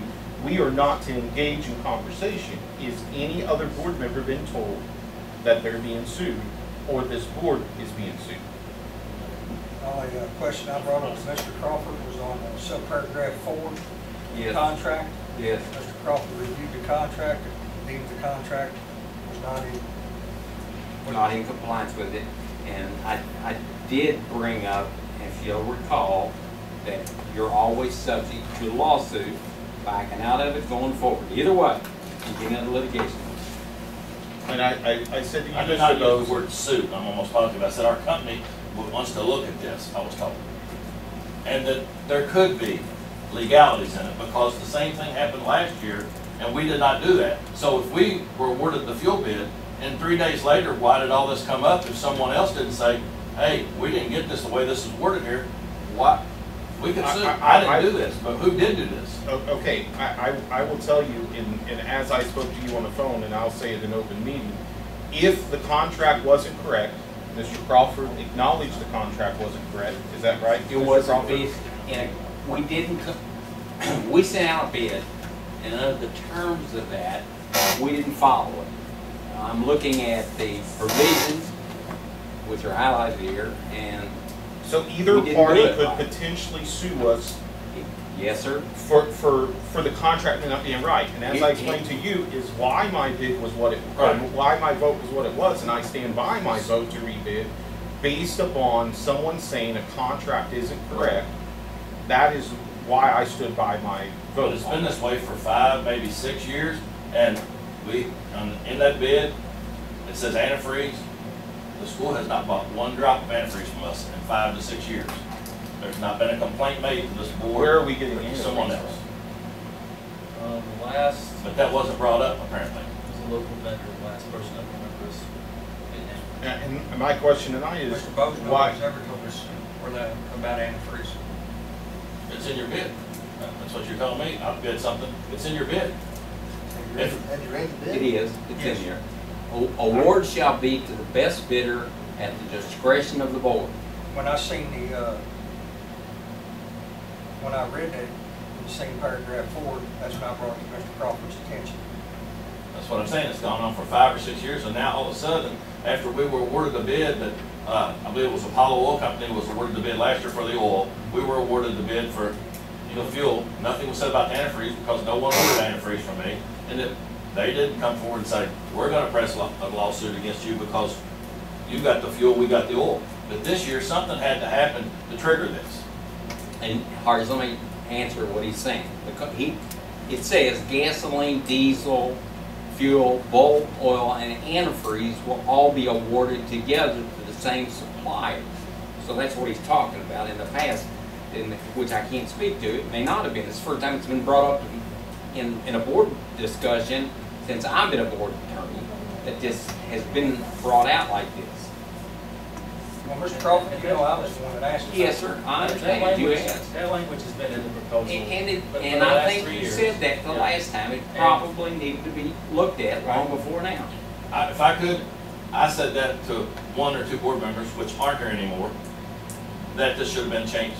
It was changed by a former superintendent and a former transportation director we had that got it into this mess that it's in now, the way it's worded. And I've said this for 4 years, before this, that it was done. And those board members are gone. They're not here, the ones I talked to about it. Mr. Bose, I did ask Mr. Hubert for these Yes, things, he told me that. because I went back and looked. And I told him if he couldn't get them, that what? That I would provide them for you. And then what I done. I said there was nothing done deliberate on any of those prices. My question is, at this point, if mistakes were made, how big are the mistakes? Mr. Huber, you know the situation, you've been in contact with Mr. Bose. What's the number? I can't put a number on it right now because the only OPA sheets I have access to are the ones that are attached to the sheets that Hargis has. Have you met with Mr. Bose? Yeah, we Yes. sat down and of the sheets that are attached, I found 2 instances where we were billed for number 1 versus the number 2 diesel. And that was on 8/8 and Explain the 8/31. meaning. Because this is my frustration, and this is on my end, just so everybody understands. Mr. Huber, you admitted here tonight that it was your understanding that Mr. Bose said he was suing us. Why are you going into a meeting with Mr. Bose when in your mind, you said he's suing us? Why is Mr. Crawford not, Well, was Mr. you Murray, invited to that as- meeting, Mr. Crawford? As superintendent of schools, I get a lot of people walk in here and say they're going to sue us. And I think part of my job is to protect the district and try to sit down and come to an amicable agreement to prevent a lawsuit. So we Okay, don't so- end up with tons of legal fees. So et cetera. explain to me explain to me that meeting then. Explain to me Most of what it centered when around- you Most of it centered around him explaining to me the difference between number 2 and number 1 fuel. And I did not understand that difference. It was alluded to at the last meeting that number 1 was actually kerosene. Kerosene, you I asked me think. that question, and it's not, if you go through those opus prices, which, Hargis Got it right can, here. it'll show you kerosene right on there, correct? So Yes, that was not, it's pretty you know, much the same price. because someone else in the school system asked me the same question, is this kerosene, and it is not. It can be used as a dyed kerosene, number 1 can, Yes. but it's not billed that way. But I also told you on the phone, Mr. Murray, when I talked to you, that I grew up in this county. I went to school here my whole life, and farthest thing from my mind, would want to sue the school, correct? that is what you told Okay. me. I mean, but you have to understand my position. I And I've got understand. 2 different, but Maybe he he's picked up where I accountable to said this if the board other whether he person is thinks he doing is or this, not. then our company might want to do this too. It might have been the state of it, but I don't remember saying the word sue. I just told you that last night, that I wouldn't, it would have to be something awful far-fetched before I would sue the county or school I grew up in. Mr. Crawford, in your expertise, you being the lawyer, would you recommend, I mean, when the board sends emails to the superintendent and says, let our attorney handle this, there's no reason to go in a meeting, if we're saying we're being sued, I mean, is that normal for a superintendent to go into a litigation process? Let's be fair. Here's where I understood the meeting the last time. Somebody, Hargis, you have to jump in and Chad evidently don't recall this, but I understood that the superintendent, one of his suggestions was that we invite Mr. Bowes here to a board meeting. Yes. And he brought up at that point that he would try to meet with him, he'd talk to him and see if there were explanations for legitimate questions that Hargis was bringing up. The conversation was, if he threatened to sue us, to bring him into closed session and talk about it. That's why we're not doing this in closed session, because he's saying he's not suing us. But I So also that's- thought that part of the discussion was the superintendent meeting. I never heard that. I understood it. Because apparently, Did you hear that? did Hargis ask him, you're saying that you asked him to, I asked him to have Right, you to to contact come to me. this meeting. no, ask him to contact me over these I prices? asked him to have you come to this meeting. No, before. No, he before said- that. yeah, He's before saying he You said- asked me about the Before prices, if he Yes, couldn't get I'd them. asked him. Okay, he called me on the phone when I'm going to Louisville that day, I can recall that day. Are you from Southern California? On his side. He's my I- Oh, I- okay. I'm sorry, I work this contract. Because I called Southern Petroleum too, Right. and tried to get them to give me OPA sheets. And the man that does that was out of town and all, and I said, I'll get you what we have. And I came up and brought those, I said, if you can't find yours, I'll bring them to you. He said, come here and look at them, I've got them, we looked at them. So I guess my question at this point, if you're saying there's mistakes, we saw that there was some things there, do you have a number? No, I don't have a clue, because I don't know where these prices come from compared to where our prices come from. But because it was, like I said, an honest mistake, we picked up ultra low sulfur number 1, that comes to us as branded, we sold it as ultra low sulfur number 2. I want one of his other sheets. Generally, the difference between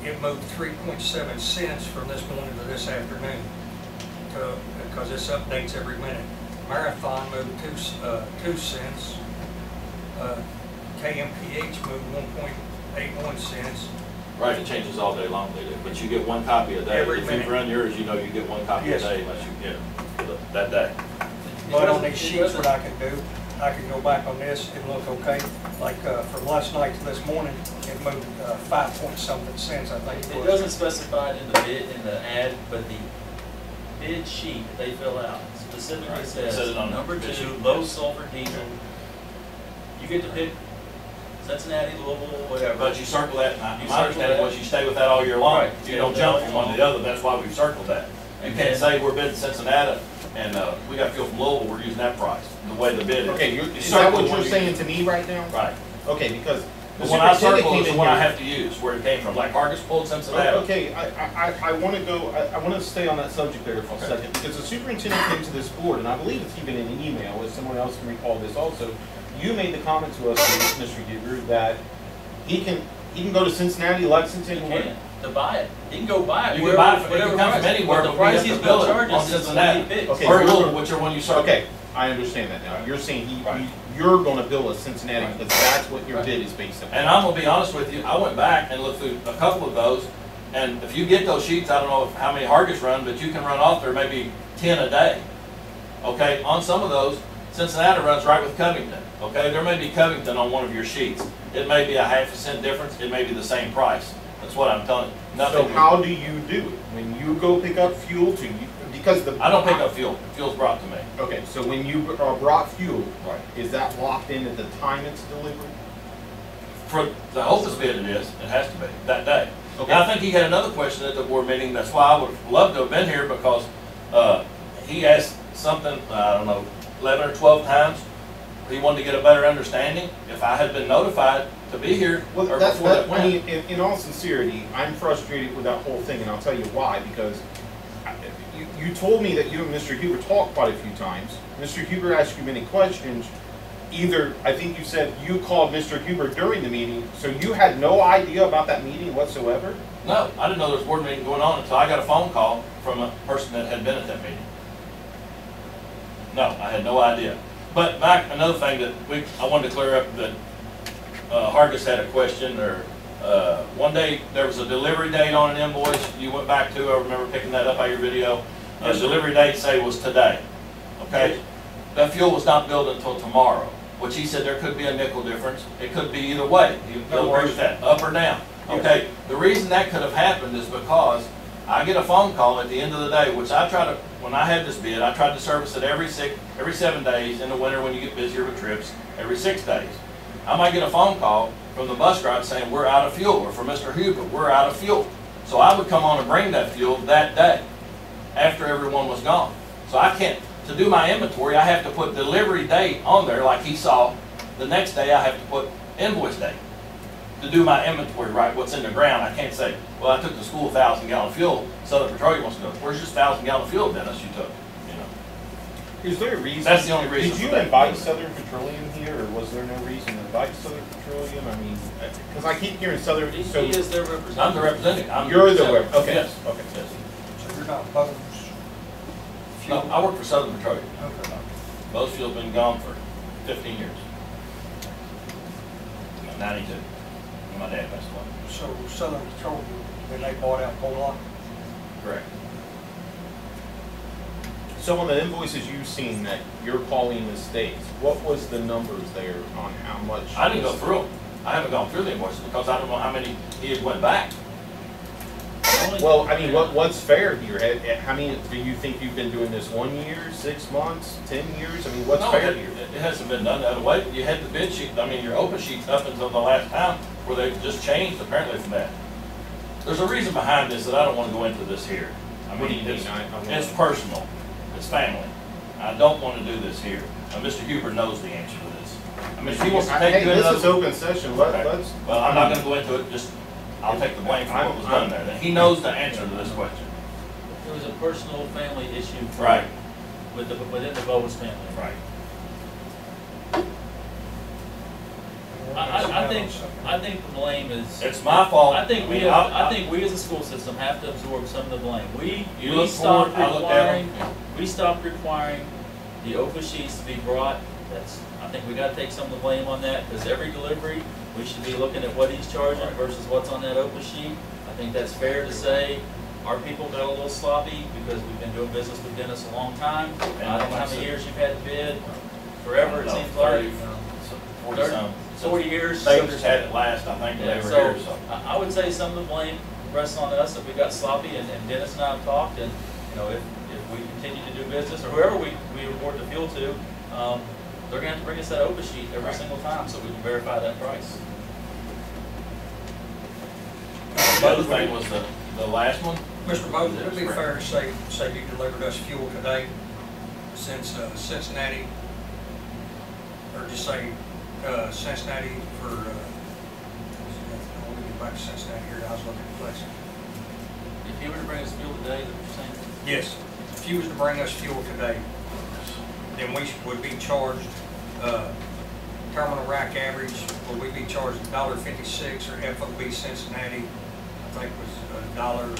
I don't have today's, but I have yesterday's. If you've got it there in front of you. Dropped 5 cents off of it because it moved 5-point-something cents last night. It went up 5 last night. Yes, Yesterday's price was exactly 154.26. Okay. And on 87 unleaded would be 153.03. At the exact prices that would be for yesterday. Yeah, because I didn't get today's when I had left. I've got 24. Dennis, what did you say on yesterday's? On Cincinnati, Ohio, 154.26 on ultra low sulfur distillate. And is on the unleaded, on your unleaded, it would be 153.03. Plus tax. Correct, Mr. Is that coming out of City Market Marathon? Or? This is Cincinnati, Ohio's bid. Okay. If you go to Marathon, it's going to be a branded price. So you're looking at $2.20, $2.30. What's the tax? The tax on it is 23 cents on the diesel fuel and 26 cents on the. That's all you pay on those. Right. And then the bid. We add on how much to that? 23 for diesel, 26 for gasoline. 26 for diesel fuel, 23 for gasoline. And then you add on whatever his bid. Your rack price bid. That's 23 for diesel and 26 Right. for gas, isn't it? Right. Okay, you would 23 for ultra low sulfur diesel fuel, 26 for gas, and the bid rate was 13 at this time. And that's something that I have spoken to my company about, and the rebidding, we probably will not rebid, because I don't think it will be fair at this time to do that. We'll probably wait a year.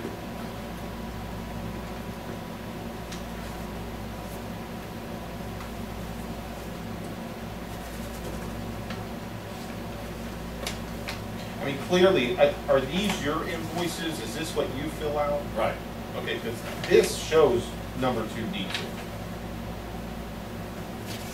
Correct? Diesel, ULSD, MVU 15, Right. Is that number 2 diesel? Right. Or number 1 if it's branded. But on the way your billing was, it should have been number 2, you're saying. Should have been number 2. But Mr. Bowden, Wait, I look number back 2 I'm saying, or What the bid says compared to the difference Okay, of what the paper said and Which date are you looking and at? this paper he That, has. what are you talking about on here? Yeah. What's that? Dennis, on some of the invoices I was looking at, they actually owed you money. That's what I picked up from your video. Yes.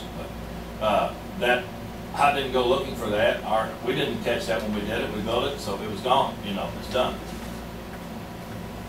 That can happen on a daily or weekly basis.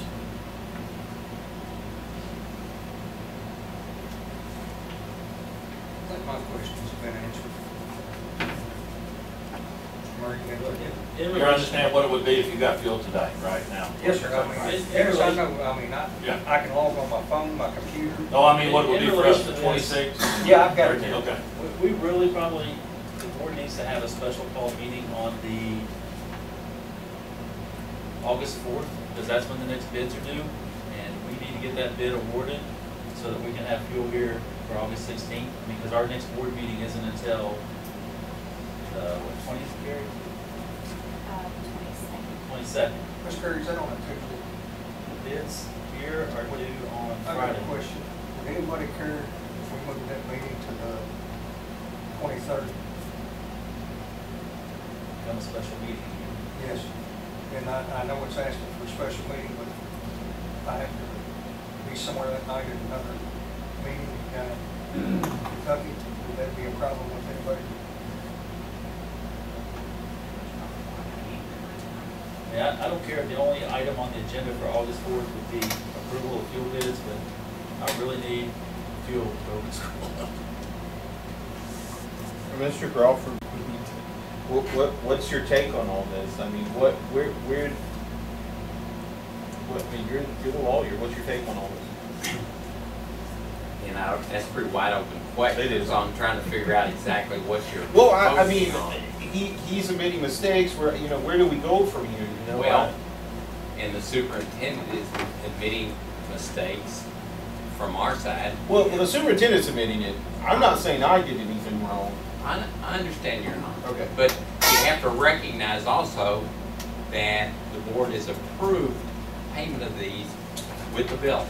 And I understand where the board's gonna come, but we didn't fully understand that. So the question, as I'm sitting here listening to it tonight, frankly, in a court of law, I think the judge would say there's enough sin here to go around for everybody involved if you were talking about going back and arguing over whether there was an overcharge, undercharge, and trying to even this money up. That's what I'm hearing here tonight, to be frank with you, if that's your question. Because obviously this is complicated enough after listening to all of this that they don't say they don't make mistakes. Right. But by the same token, we should have people checking it to make sure that they're complying with the contract and we're getting what we're paying for. That should be done before it comes to the board. The board should be able, when they look at these bills, to feel comfortable that their people, the people they've hired, have done their job and the numbers are right. And what I'm hearing here tonight is we got problems all the way around here. That's what I'm hearing. Well, I mean, if the superintendent wants to take some responsibility, we can make a motion, superintendent. If you'd like to refund it out of your paycheck, I'd be more than happy to make that motion. Is that what you're saying? Like every process we have, it can be improved on, and if we're not, haven't been requiring the person to bring in these OPUS prices, and our process needs to be improved. Why isn't every? What's your take on all this? I mean, I mean, you're the lawyer. What's your take on all this? You know, that's a pretty wide open question. It is. So I'm trying to figure out exactly what you're. Well, I mean, focusing on. he's admitting mistakes. Where, you know, where do we go from here? You know. Well, and the superintendent is admitting mistakes from our side. Well, the superintendent's admitting it. I'm not saying I did anything wrong. I understand you're not. Okay. But you have to recognize also that the board has approved payment of these with the bills. And I understand where the board's gonna come, but we didn't fully understand that.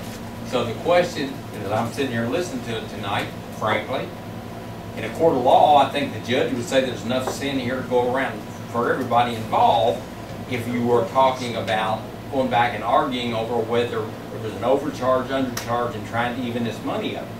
That's what I'm hearing here tonight, to be frank with you, if that's your question. Because obviously this is complicated enough after listening to all of this that they don't say they don't make mistakes. Right. But by the same token, we should have people checking it to make sure that they're complying with the contract and we're getting what we're paying for. That should be done before it comes to the board. The board should be able, when they look at these bills, to feel comfortable that their people, the people they've hired, have done their job and the numbers are right. And what I'm hearing here tonight is we got problems all the way around here. That's what I'm hearing. Well, I mean, if the superintendent wants to take some responsibility, we can make a motion, superintendent. If you'd like to refund it out of your paycheck, I'd be more than happy to make that motion. Is that what you're saying? Like every process we have, it can be improved on, and if we're not, haven't been requiring the person to bring in these OPUS prices, and our process needs to be improved. Well, why isn't every time we come up against this is, oh, we'll treat the process, I mean, how often? Because that is how you run businesses. When are you? Mr. Moses, when did they stop requiring? I cannot answer that when we did put with the OPUS. Supposedly, they quit, the school used to get them, it was an added expense, and it was dropped. I don't know where it was dropped, who dropped it, or who. We haven't gotten them since I've been here, because there's none attached in it, and not frequently enough that we would have access. What does the bid say? Who's supposed to, so Mr. Bose isn't supposed to provide the Opus It report? doesn't. I think that's It what we doesn't need to say, say. and I just brought those. The reason it started, Mr. Murray, you're asking this, I think it was after Mr. Whalen had left, correct, Tanya? Okay, then Mr. Hale, sometime in there, took over as transportation director. He was having me bring those every week that I brought fuel for him to look at. Not in front of me. Let me interject something, because you directed that to Mr. Giles, or Mrs. Giles. What exactly was the exchange there? You said, Mrs. Giles, after Whalen left, what the... Because she was on the board back then, I don't think any of you were, that's my only reason. She was there. Wayland left and Mr. Hell took it over or something. He was transportation director, Mr. Hale was. And he asked for those every time I brought fuel. Now, I didn't hand Mr. Hale. I didn't hand them to him, I handed them to the bus garage, or whoever signed the invoice, and they handed them to Mr. Hale. That's what he's saying. He was doing his They job. were delivered every time. And then he finally said, okay, we're done with that. It was $1,500, I think it was costing the school a year, $1,200, whatever it was, when we were getting them too.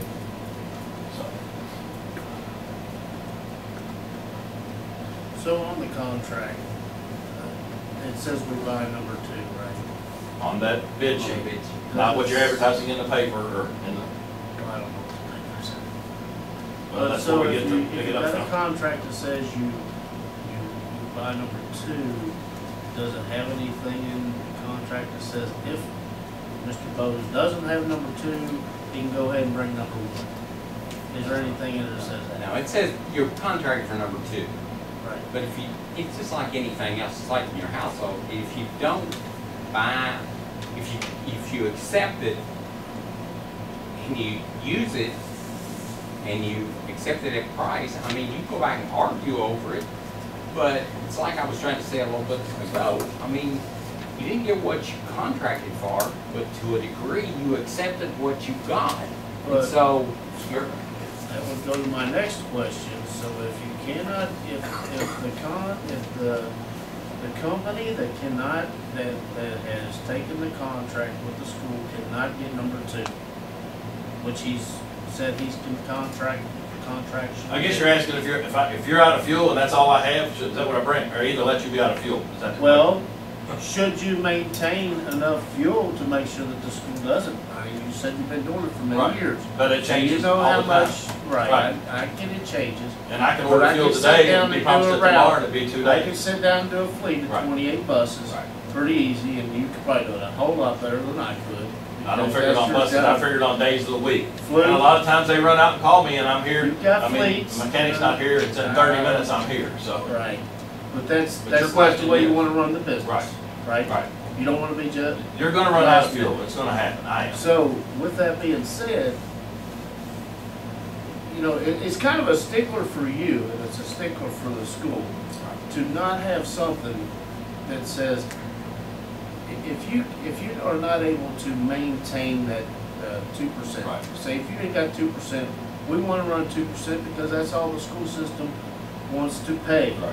for fuel. We don't wanna pay extra money for fuel, just because that might be Right. almost the company that you work for have, right? We wanna buy number 2. Is there a possibility of having a secondary contractor that if Mr. Bose cannot come up with number 2, we get our number 2? But it may not be from Mr. Bose. If he's saying that he cannot supply the number 2 all the time, then I would expect a secondary backup if he's not gonna have it on hand. I didn't say we couldn't supply it, I said sometimes it comes to me as branded fuel, which is number 1. That's not the school's problem. Well, when we go back, We we go got a back to the contract antifreeze for then. number 2. If you wanna go back to the antifreeze again, then it's been on there for 5 years that Well, we weren't paid a drop for all This the is a new antifreeze. board, and if that's on there, then, you know, we will do what we can to maintain what the contract says, because all night long we've been sitting here, been thrown at us, that's per contract, that's per contract. And I am against buying number 1 fuel if the contract only says number 2, and we're only buying it because Mr. Bose and this company doesn't have it. I didn't say we didn't have it. I said it could, brought to me, you can sell it either way. It's brought to you as branded or unbranded, okay? Let's There was talk mistakes money. made on the number 1. Now, you're gonna have another problem if you don't change the bidding, and I shouldn't have to tell anyone here this, but I'm going to, because if you go to, Hargis is looking at these prices. Now, you go to your 87 unleaded on that sheet. You've got RFG ethanol 10%, and then you've got CBOB ethanol 10%. If that's not specified, in another 6 months, year, you're gonna have another problem with that. And I'm telling you that. That was never specified either, correct? On the bid. It says 87 It unleaded. says 80%. Doesn't say either No one. less than 87 octane. Right. What's the difference in those two? About 30 cents. Well, I know, but I mean, what's the difference in I can't answer what, add that for you. mix or, I don't know. Which one should we be using, do you think? Well, in this area, you have to use a certain one. That's what I'm saying. In this area, we're supposed to use RFG 10%. But the way the bid reads, we could bill you for RFG, which is 30 cents more, correct, Hargis? Wenthrop? Right now, your CBO, or your CBOB ethanol 10% through City Market today was $1.56.7. For, well, for Marathon and everything, your terminal rack average day was $1.56.55. It moved 2.5 cents. And then your terminal rack average on your RFG ethanol 10% was $1.90, or terminal rack average was $1.90.42. It can be 30 or 40 cents difference. And that's not specified in there either. That's what I'm trying to get clarified. Yeah, Even though I didn't bring up this complaint because I was selling fuel and didn't care about the oil business. I did. I've had it for years, the oil business, until last year. And your mechanic's not here tonight, which he would tell you that I offered him last year when you awarded the bid. If everybody was here on the board except I wasn't. But anyway, Hargis, well, yeah, okay, Mr. Murray was on here. That you gave the bid to, I think it was Apollo Oil Company or Key, one of those was awarded the oil. Okay, Apollo. And I told him in the bus garage that day, if you run out of oil and they cannot get it to you, I will bring it to you at our bid price. Not a penny cheaper, not a penny more. And he's not here to tell you that, but Mr. Huber was told the same thing by him. That I would have done that. That I didn't have to do that. Correct. I mean, what do you, as a resolution, I mean, at the end of the day, I want the right thing done, no matter what.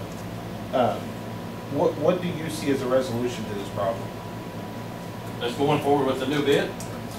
I mean, are we talking $500 overbilled? Are we talking $5,000? Are we talking $50,000? Well, I don't know. No one's bringing me that. I kind of anticipated coming in here tonight and someone telling me if this is $100, is this $500? I mean, if we're talking thousands of dollars, that to me that's a different issue, and I think you would understand that, correct? Right. Okay. I mean, because anybody, if we go anywhere and someone overbills us, we're going to want our money back, correct? Would you not? Right. Okay.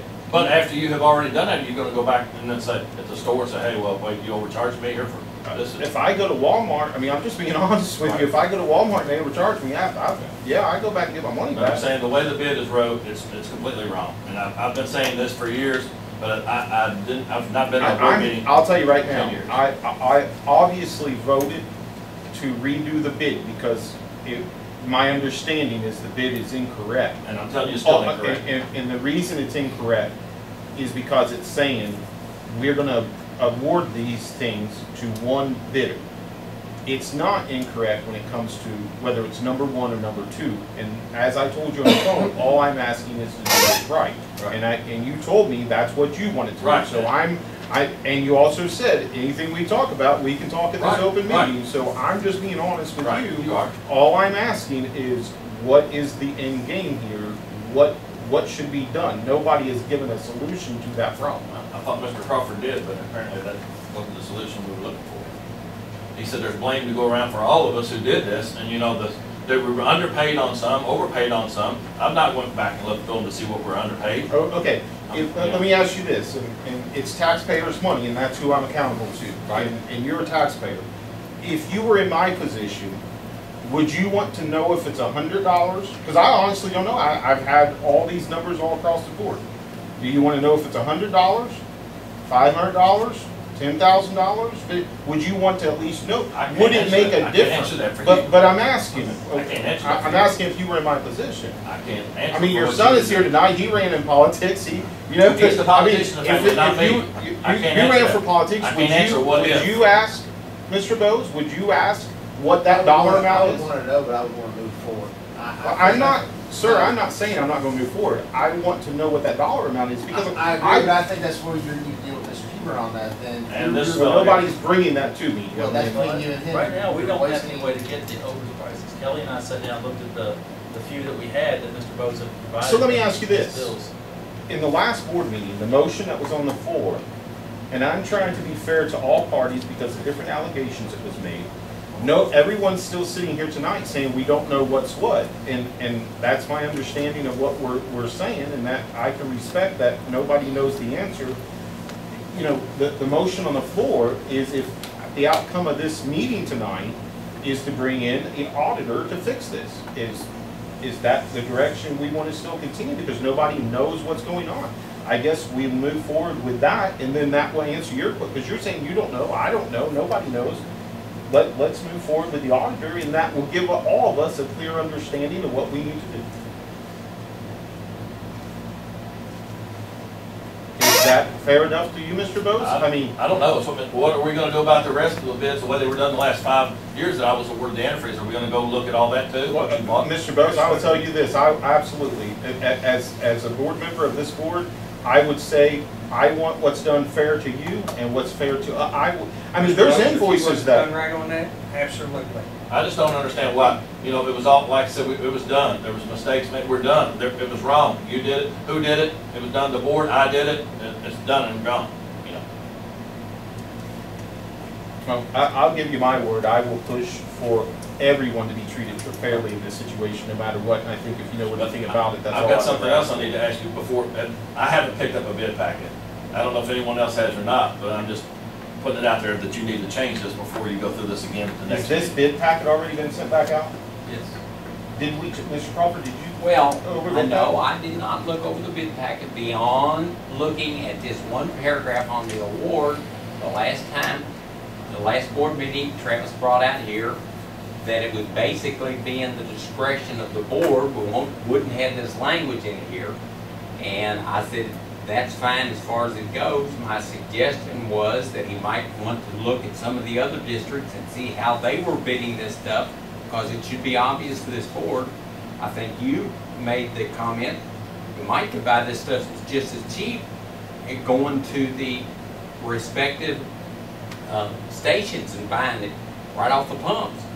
So I said, because some of the districts do that. So I said to the superintendent, they we need to get some different ideas. In respect to that, I believe if it was billed correctly, that's probably not true, because I know that. I would suggest you're absolutely right, but there are districts that do it that way. I just want to be clear, that was off of what his There has to be a invoice was. reason. So I was just trying to get all of those reasons together and then. So we removed the I got a language that question. said it would be bid, but that would be awarded to one person, and we said it would be awarded at the best. I don't know, I haven't picked one up. So how many other districts did you look at to reward that? So we are good on that, you feel? I got a question. Did I ask you for Word a it copy of away. the contract, bid sheets before they went out? They went out the day after the board meeting, But did I not ask you in an email for a copy of it? you might have. I did not get a bid sheet, that's why I'm asking this question too. Why didn't you get I got a a letter saying that the bid was rescinded. Mr. Bose, I asked for a bid sheet because I wanted to look over before we went back out. Well, I'm just saying, I haven't got one yet, and I'm right here in town. If it went out, I should have got that one. That's why I'm asking again, to try to stop this, because all I got was a letter. We don't send them out, we just. That's what I mean. We just put the notice in the paper, and anybody that wants. That's what I'm getting at, yeah. Roxanne's not here, so. They weren't mailed out. Well, I think under the circumstances, and that's just my opinion, I'm sure I'm always wrong, but under the circumstances of this issue, I think the right thing would have been done to make sure everyone received a bid sheet back that bid it to begin with. Wouldn't that be a fair assumption? Dennis, I'm not even sure he wants to bid it, so we do it the same way we've done it for. I'm just trying to stop this before it goes out. That's why I'm asking him if they were sent, because they've never been sent. Indiana sends us one. If you make an attempt to them, Switzerland County Schools go say we would like to bid, they will send you one each year. They'll put you on a list. They send out 3. We've always had to pick them up here. That's why I'm asking where they sent when people are saying, are they sent out already? There's been the same thing. Can I ask the board to at least direct Mr. Crawford to, as soon as possible, or someone in your office to look at this bid sheet and make sure it's correct before it gets any farther past tomorrow? We'll get it tonight before we leave here and look at it.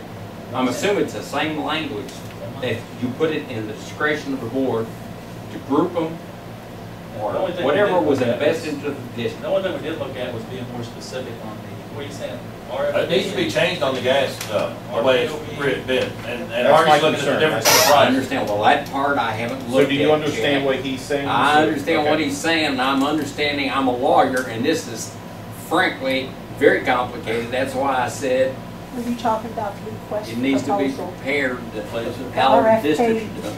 The request for proposal? No, this is a different kind of 87 octane gasoline. RFG is compared to, You got you got CBOB, which is 10% ethanol, then you got RFG fuel, so another type of fuel, but it's also 10% ethanol. and you're only allowed to use those two in this area. You're not allowed to use Yes. conventional or In other low. words, one of them they made for Cincinnati up there where they got And Hargis all the and emissions Chad, control stuff. I really think that the suggestion that you have a special board meeting in or around the time you open the bids up, and we get these people in here, we invite the bidders in here, and particularly the one, that low bidder, and have a clear understanding. Well, let me make this proposal also in this.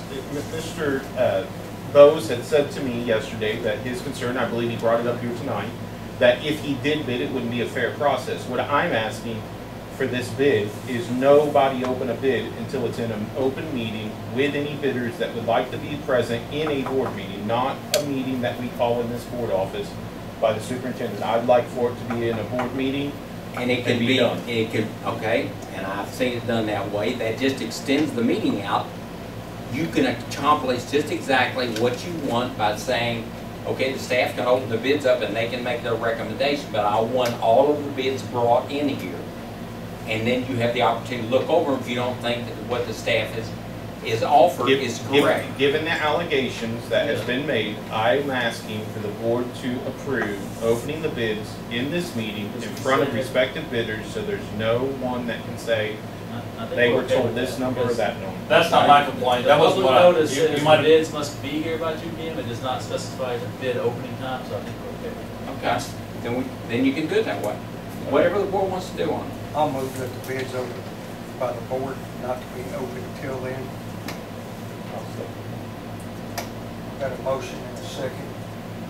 All in favor signify by saying aye. Aye. All opposed, same sign. Motion carries 5-0, Mr. Terry.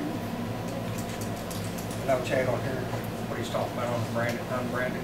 If you look out to the side here, like the City Mark unbranded, BP branded, Marathon unbranded, XOM branded, Marathon branded, Snowco branded. I still want, that's not what I meant when I said that to you, Chad. I don't care who opens the bids. That's not what I meant. I don't think. No, I mean, I think you said earlier that it's not going to be a fair process. It's if not, you because rebid. it's public knowledge what we bid.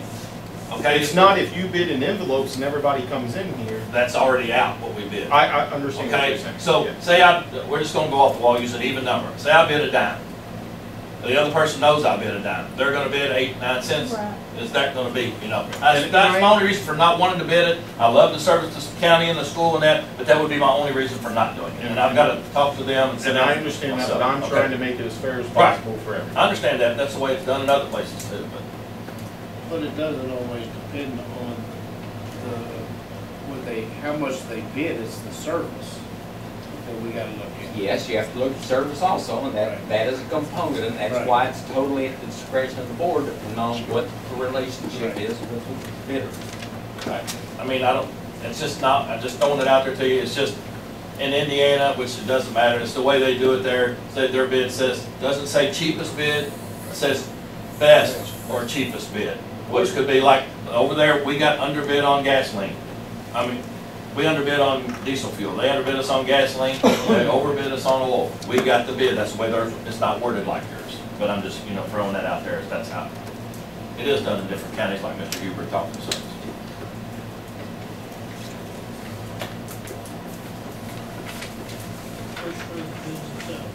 But regardless of who gets the bid, I think we gotta require the open sheet, come with the bill every single time, so that we have the ability. And that's what, and you'll have that opportunity to have that clear understanding on the record here, if the bidders are here when you open it up. And probably. So, do we have a motion on the floor for a special call meeting for Mr. Huber and Mr. Crawford to deal with this fuel issue? What was the proposed date? August 9th is when the bid, no wait, August 4th is when the bids are due. So if we have a meeting that evening, That evening or somewhere, you know, that Monday, I don't care, but somewhere close to that proximity, after 2 o'clock on August 4th, I would like the board to meet I don't care if the only item is approve the fuel bids. I have one more question, if I can ask it to Ms. Alexander. It's not been this way lately, but used to be you could just walk in out there and pick up a packet that was laying on the desk. The last time I couldn't do that. Is it still that? It's just the shelf that we have all those. I mean, are they there now is what I'm asking you. Yeah, Well, they're there. that's what I'm getting at. You need to change to 87, I'm telling you that, because it's the same problem. Because if someone else walks in, I'm not gonna do it until I get one. Mr. Crawford, what do you propose there? Because you need to look over that. Should we rescind, I mean, we don't necessarily have bids out. So all we gotta do Okay. is, we Then pull they the need to be actual bid res- sheet where they write their prices in, and we just annotate the, Okay. or whatever one you Well, let's said. make sure that gets done. This needs to get done tomorrow. Will you send a copy this time to the board chairman, You please? want, correct? Yes, sir. The OB, not the other. That's correct. I don't know, you need to see, you want this one of mine? Yes. Yes, I'm in fact. Okay, well, I'm in the attorney. I I mean, what we're talking about is this one compared to the RFG, which was, Correct. what was that one, $46 per Yeah, person? because it's got RFGs for come out You can see if you're gonna change it, make sure they know that. So we were in that area, we're not now. Florence is. Kent County, I think, is paying the thing for getting out of it. And all the Kentucky counties. I'll make a motion for August 4th board meeting. Any suggestions on time? 3 o'clock. Is that okay Yeah, with but all we board can- members? Till Friday, right? Are you sure? I mean, we can make it later if you want to be there. Okay. Is that Ms. Sonia? I want to make sure anybody that wants to be there. At what time are you, He had suggested 3 o'clock, but is that good for you or not? that's okay with me, but what about Brad that drives from Ohio? Well, I just asked I'm all Mr. right. Ray. He said that he probably wouldn't be there. I told him I could make it later if that's what he needs. I'll make it work around. If you need later break, I'll make a motion, August 4th at 3 o'clock, special call meeting to discuss the fuel bids, discussion/action. motion, second. I'll second. All in favor, signify by saying aye. Aye. All opposed, same sign. Motion carries 5-0. One more question, since you did that, I'm confused now. So these, we're not to turn in a bid by that day? Yes, it's our turn. We are to turn in by that That's when day? they're gonna, Okay. that's when they're gonna open the They will be bids. changed in by tomorrow or the next day? Mr. Crawford's going to review that immediately as soon as We're- possible. If you'll hang around, we're gonna make sure we got the right wording out I here. gave it to Mr. Murray has it, I believe now, the right one, and Hargis knows which one it is. And already send it down there, Rex, make sure we get this done. So August 4th, we'll have a board meeting at 3 p.m. to open the bids. They'll stay sealed until then. That way, at least as far as possible, we'll make that. What time do they have to be here that day? Or 2 Still o'clock. be 2 2 here? o'clock. Okay, Yeah. Don't change that. okay. We'll just update the actual bid It sheet needs to to say say- CBO. So I can just call in a couple days and they'll tell me if they're ready to be picked up. I don't want someone to call me and they're, no, they called me. If they want to bid.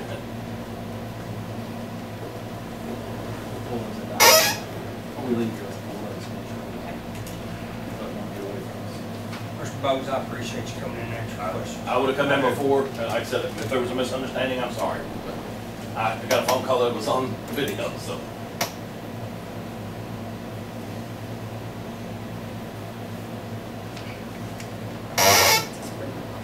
Anybody have anything else on this? Discussion, action, installation of time clock systems. I always seem like I'm the one talking. It's my fault again. I asked for this to be put on the agenda. I think it would be a good move on our part as a board to at least at this point, seek a RFP for a time clock system to be added. I would like to see this done. I don't know how many companies may do this on the outside system, where at least we do have record that there's been lots of accusations, people not putting in their time. I'm done taking phone calls on all that. If there's a actual time clock system, there is no, at that point, there is no discussion for error. We're going to know, finance is going to know, not we are going to know, finance is going to know whether or not the actual contracts are being fulfilled, because contracts are called for an 8-hour day or whatever the contract is in these different situations, and if that's not being fulfilled, that is a huge issue in the school system. So I'm asking the board to consider, at least at this point, asking for an RFP to get that installed. Are you requesting it for the entire school system? Yeah, that's a board decision. I mean, do we think we have issues everywhere? Do we think I don't know. I've gotten complaints in all different areas, so I'll be honest, I don't know how expensive it's going to be. I really don't. I just believe it would be discrimination just to put it in one area and say, well, you all are held accountable to clock in and out, but you're They're not. expensive. I can tell you, when the old system that we had, it was no longer compatible, they weren't going to do the software upgrades or whatever the tech piece is to integrate in with our network, because it's all networked to the system. It was going to be a considerable amount of money, like $18,000 or something crazy like that. And that's when Mr. Gamble said, he didn't think we needed a time clock system, just go to a time sheet. And was that for the whole system? Huh? Or was that for the whole district? Yeah. I don't. 18,000. If the amount of people that I'm being told leaves here and then, and I mean, I'll be honest, I don't get involved in daily activities, and I tell these people to bring it to the superintendent. What I hear from them is, if I bring it to the superintendent, I'm going to be sought out. I don't know why these people say these things, other than what happens in this district. And $18,000 is nothing if we're losing a lot of time. Well, if the printer people could save us $20,000 with the advances in technology, surely it'd be a lot cheaper now, wouldn't it? I have no idea. I looked at a couple of different online systems today, when this topic was coming up. They price it, a lot of them price it based on per head price. I saw some that were like $3.98 per person I want to say month, but I wouldn't swear to that. But I'm sure there's some free ones out there we can look at. But the cheaper it is, the easier it is to circumvent. We could get the old-fashioned paper cards and everybody punch it, but I've seen buddies punch people in and out before. And that's why I'm asking for an outside company to keep track. A report to be sent. I don't want any circumventing of the system. If we would go to anything, I would recommend some type of biometric, like the system we used to have was a biometric. You had to put your thumbprint on it to verify that you were the person standing there. So that way buddies can't punch you out. There's a lot of ones now that have, you can clock in and out from your cell phone. So, if I'm a teacher going into my classroom, I get on my cell phone and hit an app and click it in, and it'll show what time they were, and it's got a GPS, says they were at school or whatever the address is they were at when they logged in. So there's a lot of different varieties out there. I like the biometrics out there. Yeah, but like I said, it's not going to be cheap. I think over time, we're not just looking at it for a year's time or anything. I think over time it could pay us back off, for sure. So I'd like to at least make a motion to look into getting an RFP. Do you really need a motion for that if we have an understanding? No, not really. You could direct the superintendent, if that's what you want, and that's what I'm hearing. Just want an RFP, get some prices in there and look at it, and look at some different systems. Is the board in agreement with that? I'm in agreement as long as it's not just in one building or two. And I'm fine with that. I didn't ask for any, I don't believe. Can I just put a comment in here? I see what she's saying, and I was working here when this went on. 10 years ago, I think it was, I retired. We had one in the bus garage. The complaints came from other areas. I agree with what you're saying, it needs to be the bus drivers that keep their buses at home, how do you hit a time clock? I had to drive from my house, which I didn't carry, 3 miles to Warsaw. And I agree with that, and if we have certain situations like that, I mean. But that was the complaints that we heard. There's Y'all don't have to different- clock in, we do, you know? Yeah, and I agree with that. Do we have that issue? I don't think any buses stay home now. No buses stay home. Oh, they don't now? Okay, that was But fine. you still got the issues of, you know, the teacher that leaves on a coaching thing, you know, and is gone until 10 o'clock. I mean, it's just gonna, it will make it work. That was my only thing, it was like we were being favored because we didn't have to clock in because our buses were at home, but. But is there anything, Chad, in their, is there anything in their system? I know most places when they have that card and or you swipe it, and it says, okay, you was here 8 hours. But if you was there 8 hours and 15 minutes, you got overtime. Okay, that's a whole separate issue. The certified staff doesn't have an overtime situation. Classified has to be looked at and dealt with, and they have a system set up to deal with all that. To answer your question, presently. So today, they may not be getting paid if they're not 15 minutes. So, I know. so by your You're confident. answer, The schools I've been in before, what I see is 2 or 3 people standing in front of the clock at, because, you know, rounding up 15 minutes, waiting to punch out at 2:47 because they know it rounds them up to 3. So they're not really looking for overtime, but we're still losing that 15 minutes of productivity because they're standing in front of the clock waiting to punch out. Or if you got a biometric system, they want to do it. It still has a rounding rule on it, so it's still gonna round up. It'll round up. I mean, I guess we could set that to say, you know, we'll round up to 7 minutes or 5-minute increments, but all those software programs probably have some type of controls we can put on them to alleviate some of that. Mr. Chairman, does these people not have supervisors? Yeah. Are they doing their job?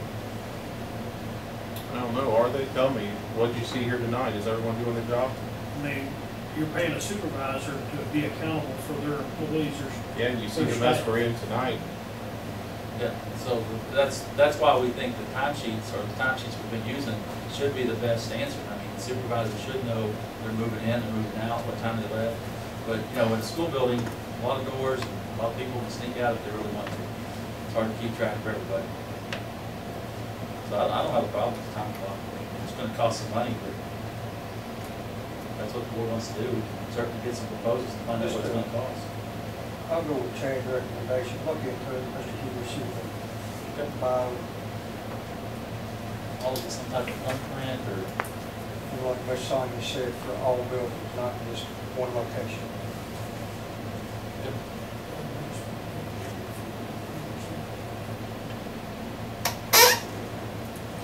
Do you have anything else on that, Mr. Murray? No, sir. Next on the agenda, discussion action, superintendent's travel and training. I had that put on there. You say the only training you had was on the training that you go to and stuff. I'm required to get, and all of our administrators are required to get 42 ELA hours a year, training. That's- The abbreviations on it. It's educational instructional leadership, I don't remember what the A stands for. It's kind of like professional development hours, continuing education credits.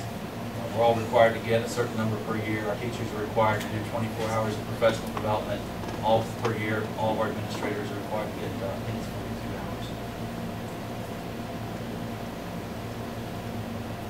hours. I think it's a good idea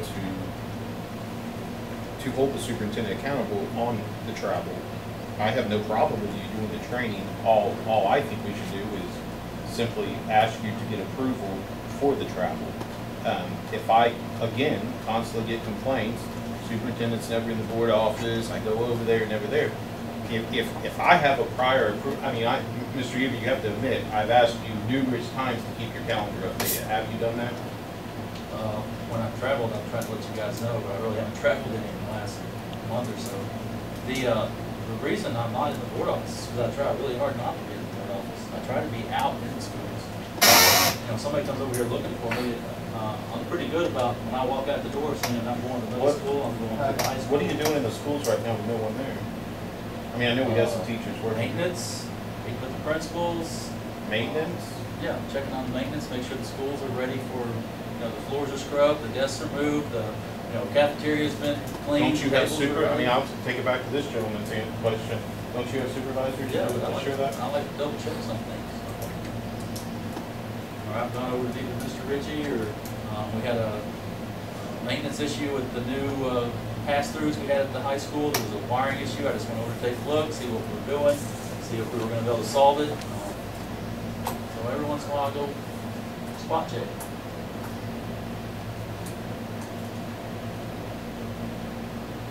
I'll make a motion to have the superintendent, any superintendent's travel effective immediately to be approved by the board. Have a motion on the floor by Mr. Murray. Here a second. Can I understand, is that before he travels? Yes. So the board, in a month before, would approve? As early as possible, yes. I mean, if these are set things he's doing, correct? I mean, that's what he said, it's set training dates. So then no, not all set, but, just like your all board meetings, sometimes board meetings shift. So if I'm going to an I-Lead board meeting and it shifts a couple days, I mean, am I supposed to? I think in in those situations, I think it's simple that it's already been approved. That obviously, if it shifts, we're not holding you to a date. If you say I'm going to an I-Lead meeting next month, and you 3 days before it shifts 2 days, would that, Mr. Crawford, still not be approved? It's that meeting. It depends on the wording of what you're doing. If you're pre-approving that he can be at OVEC meetings, I-Lead meetings, and just list all the meetings out that he's approved to go to, then obviously it's a blanket approval. Now, I guess I'm trying to understand in my mind. I'm gonna be honest with you. I've done this way many years for boards. I've never heard a board pre-approved travel. What I have done, what I've seen done, and they take it out of the consent agenda items. When he asks for the travel expense to be approved, they separately approve it so they can deal with questions if they have questions about it. But if I'm understanding what you're saying here tonight, you want it more encompassing than that. You want to approve travel before it occurs. I want to know what he's doing is beneficial to this district, his meetings, and so forth. That's what our job is as board members, to make sure it's beneficial to this district. I'm not telling him he can't do his training that's required by law or anything else. That's beneficial to the district and is what is required of him to be a superintendent. But is there anything else to it? I mean, if I'm getting complaints, never in the district, he's telling me he's here, he's over there. I mean, I don't know. I mean, what? I mean, you're saying, well, I've never dealt with that, but have you ever dealt with a superintendent? Have you ever dealt with a superintendent that when you ask for a meeting to be called, he doesn't even make sure the meeting happens? I've never dealt with a superintendent like that. True. Yeah, I mean, there's got to be a level of trust. I mean, just because somebody says they're going to a meeting doesn't mean I'm really there. So if you're not going to trust me that I'm going to things that are beneficial for the district, I mean, I don't like to travel, but there's certain meetings I got to go to. There's certain professional associations I got to go to. I don't understand what the issue is. And again, it is no issue. I mean, if you're saying I'm going to all these prior, what's the issue? What is the issue? I'll second the motion. I have a little bit more here to say. I mean, don't we require that from our teachers and staff? Don't they have to get approved by you to go someplace? Because do you not trust them? They're generally going to a conference or something that's, they don't have the level of spontaneous stuff that comes up that the superintendent could. I mean, I don't care if you want me to do that, I can do that. I'm just saying I don't understand the point of it. Mr. Crawford, if we do that, are we doing anything illegal? That's my question. The superintendent's your chief executive officer. He answers to the board. He's hired by the board. If the board doesn't feel that it knows what the superintendent's doing, the board does have the right to instruct with the superintendent a way to determine that. And what I'm hearing you say is that you're getting complaints, and frankly, in a system the size of Gallatin County, I would be shocked if there weren't people making complaints, some of which may or may not have validity. But just the same, if you feel like that the way it's being done now, you need to know ahead of time generally where he's going, then you can work out a fashion for that to occur. Ms. Sonia, you had before, I know you had something to say. Yeah, I feel like we don't need to micromanage the superintendent. Yes, the superintendent is the only person that we have control over in the system. Previously, when Travis would send out the calendar just saying, I'm going to I-Lead, I'll be here or there. Personally, myself, I didn't look at it to see where he was going every day. If I needed to contact him, I would look at that calendar and think, well, I don't want to call Travis right now because he's at I-Lead at a meeting. He's at a ribbon cutting at JCC. I personally don't think we need to micromanage every time the man goes to the bathroom or walks out to the high school to see what's going on. And Ms. Sonia, you must have misunderstood I did my not motion. misunderstand, Mr. Murray. I didn't ask about him going to the bathroom.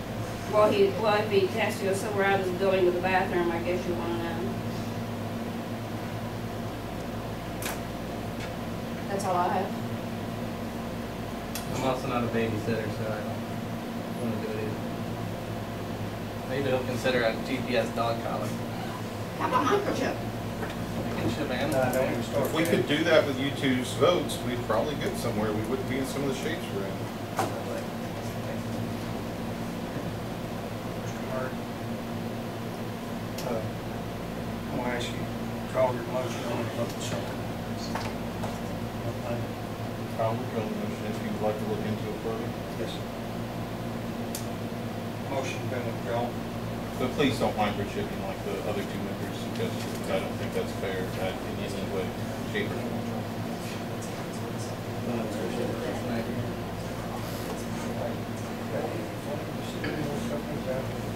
I said. All right, now what? I don't believe we need to go into, we withdrew that motion,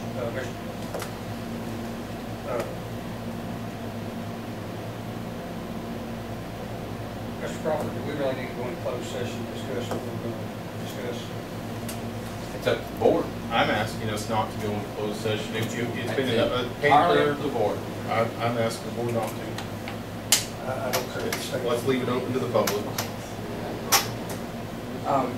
In parliamentary procedure, you can't continue because there was a second on that last motion, so you can't withdraw the motion until you've reset the session, so you can't move on. I'm sorry, Mr. Miller, you are correct on that. Was there a second? Yes. So if you need to withdraw your second, Right. That's correct. Tony withdrew the second. Thank you, Mr. Miller, for the correction on that. Based on them being confused about what they want to make a motion. I forgot about Tony's second.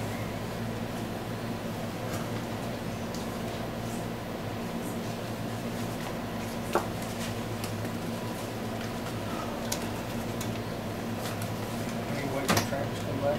We need to wait for Travis, Mr. Crawford. Well, probably should, know what we're all talking about.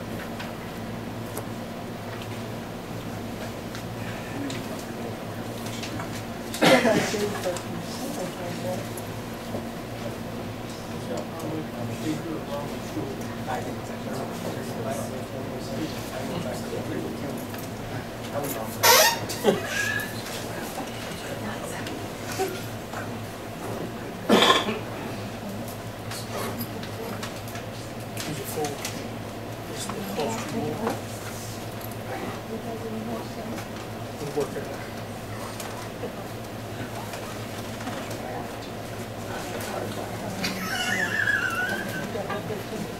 They didn't really have even their resume, did they? See?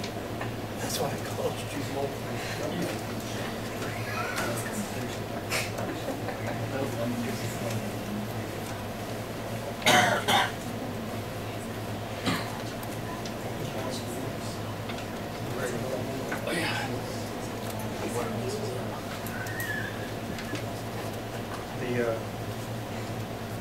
Mr. Crawford.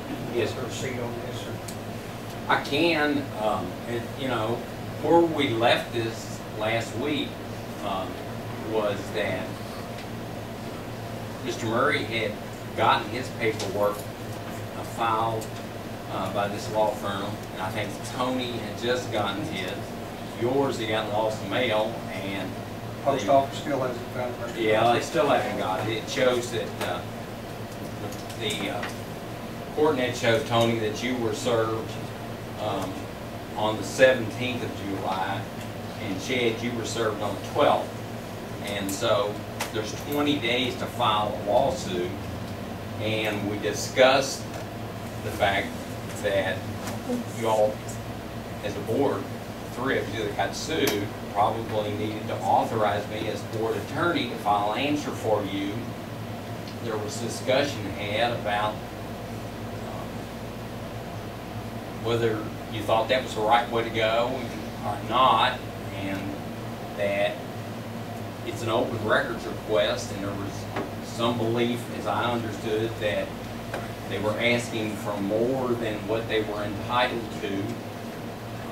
So the suggestion was authorize us to, number one, notify the insurance carrier for the district, which was done. Mr. Huber, in conjunction with my office, Jay Thompson did, because I was in court last week, got a hold of Jay Hall. I've had contact with an attorney, Bob Chenoweth, that was contacted by the insurance company to say, and I know that the superintendent has also talked to him, because he told me that he called the superintendent. Again, I was in court this morning and didn't talk to him, but I got back from court, Mr. Chenoweth. He advised me of all of that. He advised me that he believed the insurance company would provide to the three members that have been sued for alleged violation of the open records law. But he said for me to make sure that I reminded the board that, first of all, there's a $5,000 deductible on your policy.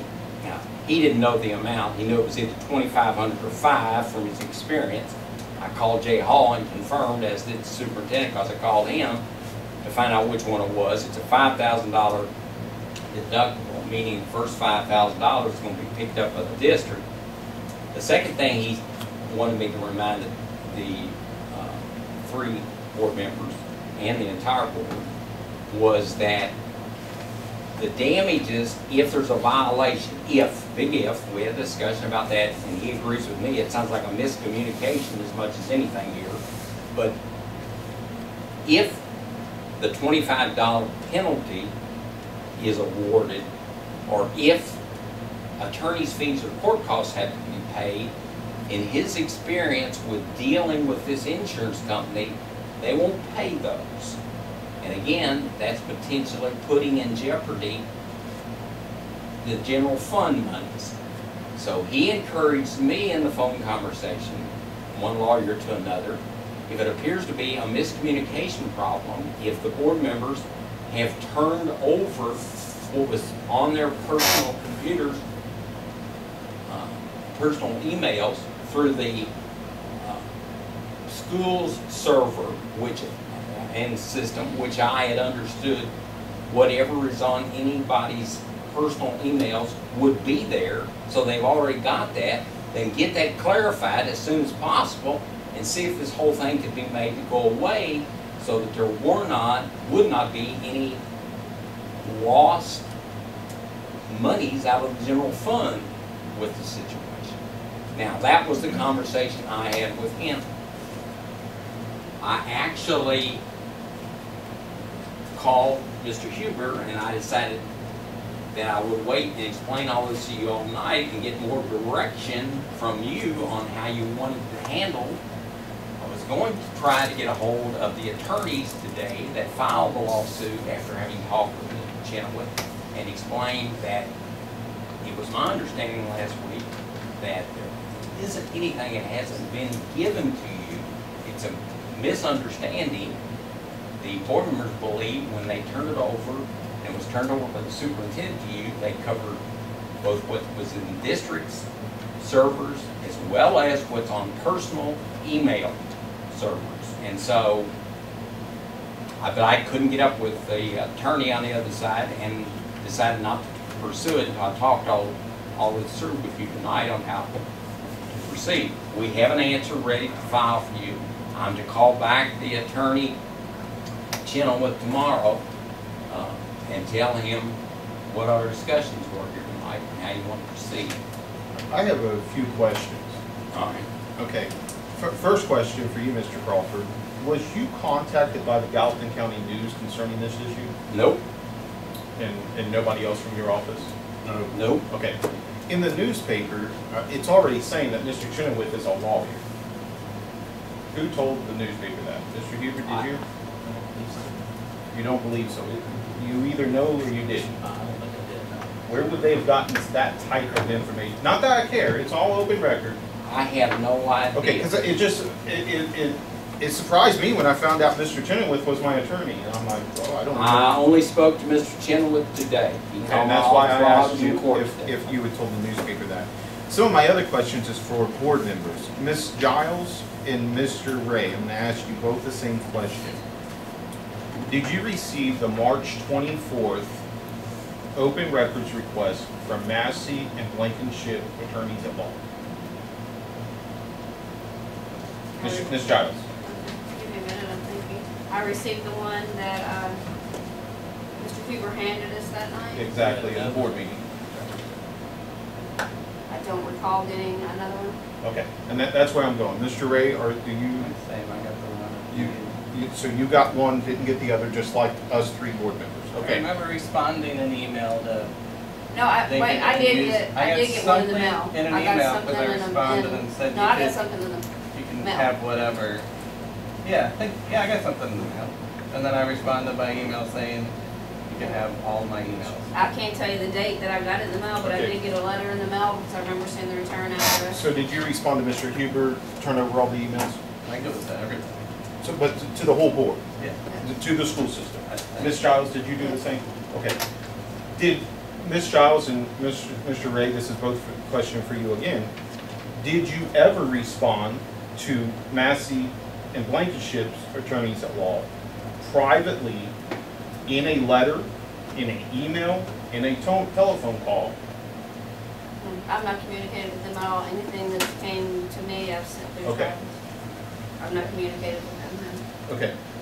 So you two board members did no different than us three board members did, correct?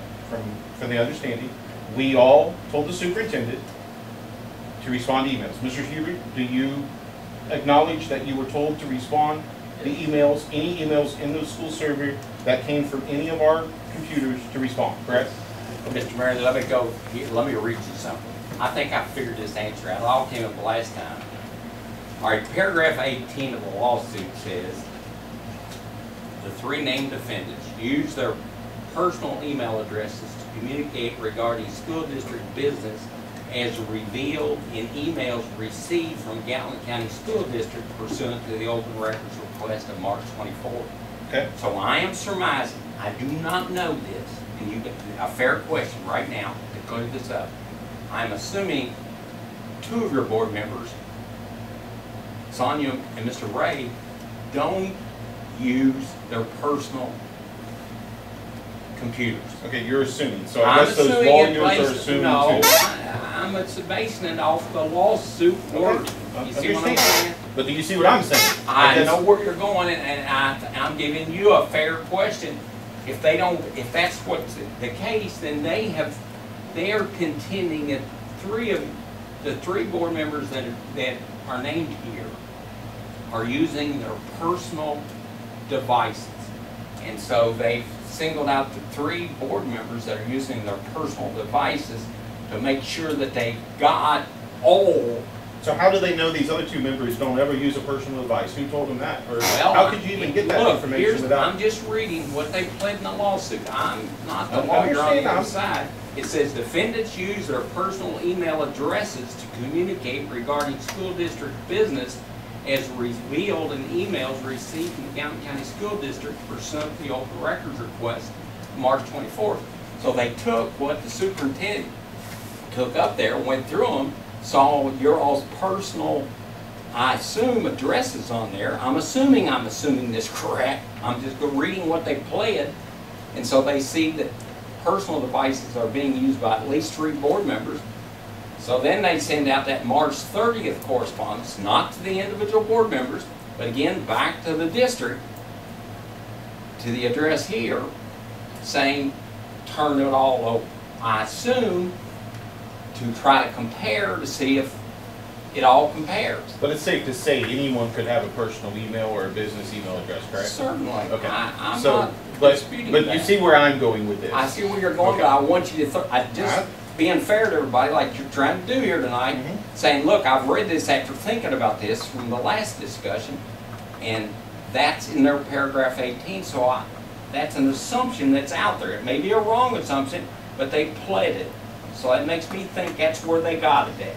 Mr. Crawford, I'll sit here and tell you, if I receive an email from Travis, it comes to my phone, to my Yahoo account, and when I respond back, it comes right back to the school service. And there's no problem with that. Okay, that's what I was wanting to make sure.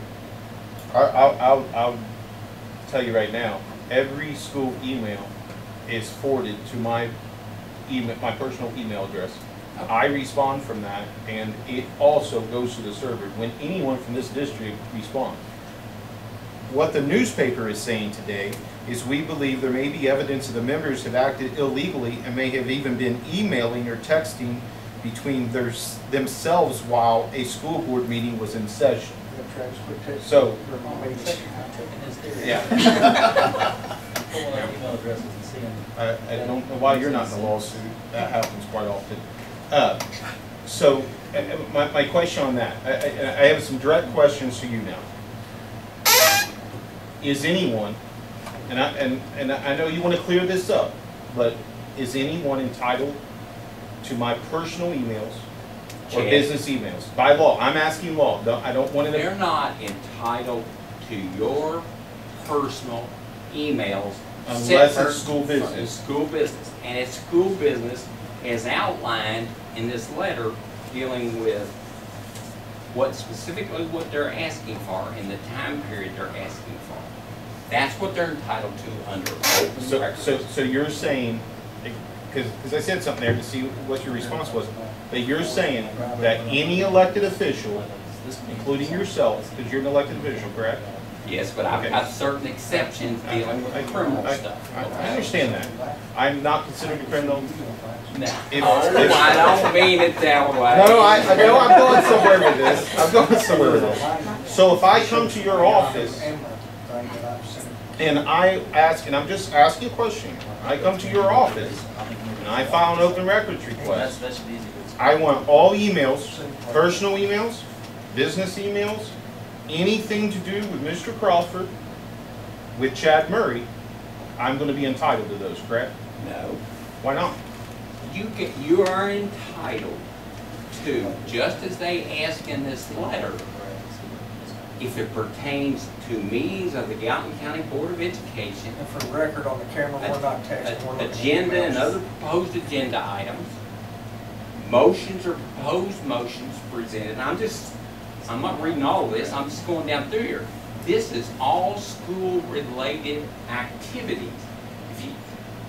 If it weren't an exception to the open records request, what you're asking me about my job as Commonwealth attorney, you would be entitled to records that I could turn over legally. I'm not a criminal. I understand about my job in my job capacity under the open records law if it's not covered under an exception.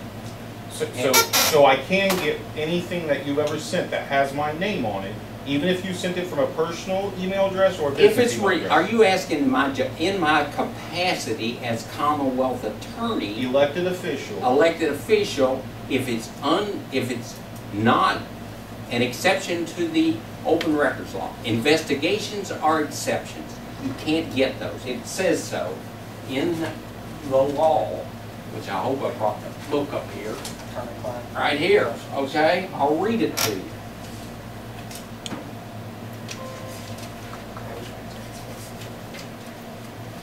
I understand that there's exceptions to your specific job.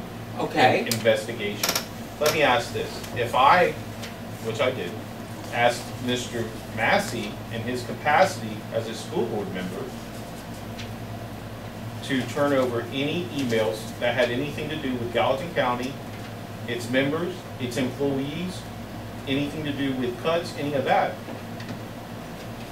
his personal emails and his business emails, I should be able to get, correct? By what you're telling me. If it's considered a public record under this statute, 61, chapter 61. What would deem that a public record? Read you the definition. Public record under KRS 61.870, subparagraph 2, means all books, papers, maps, photographs, cards, tapes, discs, diskettes, recordings, software, or other documentation, regardless of physical form or characteristics, which are prepared, owned, used, in the possession of, or retained by a public agency. Public records shall not include any records owned or maintained by or for body referred to in subsection 1B of this section that are not related to functions, activities, programs, or operations funded by state or local authority. Now, public agency has its own definition. And public agency means every state or local government officer, every state or local government department, every state or local legislative board, commission, committee, every county, city governing board, city council, school district board, and on and on. It's got a whole page here under the definition section. So my public records I did on Mr. Massey, he should have to turn all that over then. Correct? Public records he's supposed to turn over if it falls under this. Yes, sir. Okay. Jim, I have a very damaging tape of Mr. Huber in a meeting, so you're saying I need to turn that over to them? Look, because I want to make sure I do things right. This device, what they're asking for is specific here as to what they are asking for. They're asking for copies of any and all correspondence, memorandum, emails, text messages, notes, or documents of any sort, type, or description prepared by you for the period November 8th through the present involving these items, meetings of the Gallatin County School Board. Okay? So in your opinion, I don't turn over your the tape, or I do? device, off of your personal, on over here. So I've looked at some emails while to kind of verify what you were saying about the trail, because when you, like all the emails I took the attorneys, there's, when you forward or reply, it shows everybody's email address on there. Okay. The emails that I have at least access to on my phone that come from Sonia and Brad, all address. The ones from Tony, not Tony, I don't really have them. You haven't sent me in a long time. I don't have it on my phone from you, but the ones that have come from Hargis and Chad do come from their personal, but like they're claiming, they also go to their Gallatin.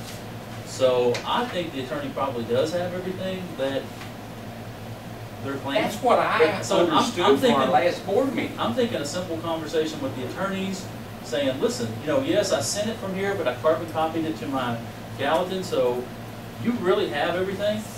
That's what I think. That's what I thought when I left here the Well, other that's night. why I want to be clear. I want to ask this question because I'm not moving forward until I get this answer, because nobody's going to say later, Chad, you didn't turn that over and did something illegal. I have a tape recording. The tape recording is not what they're seeking here, as I read it. Okay? I'm just asking. Okay. I want to be clear. Okay? Okay.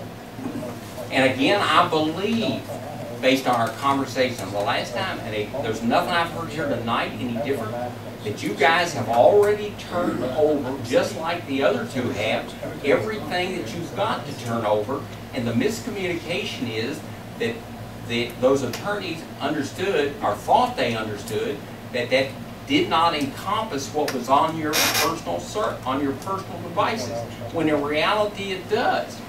And so, I think it's a matter of simply saying to them, and I would get on the phone with them and say, look, what do I have to do to prove this to you? You've already got it. I'll bring my phone to them in your presence. In your presence, I'll bring my phone to them. I understand that, When and you you offered present, that the last time. and And I've open my already phone tried to up. figure out how to get all of that done if that's what it comes We'll to. come right in here in a meeting. But and do that.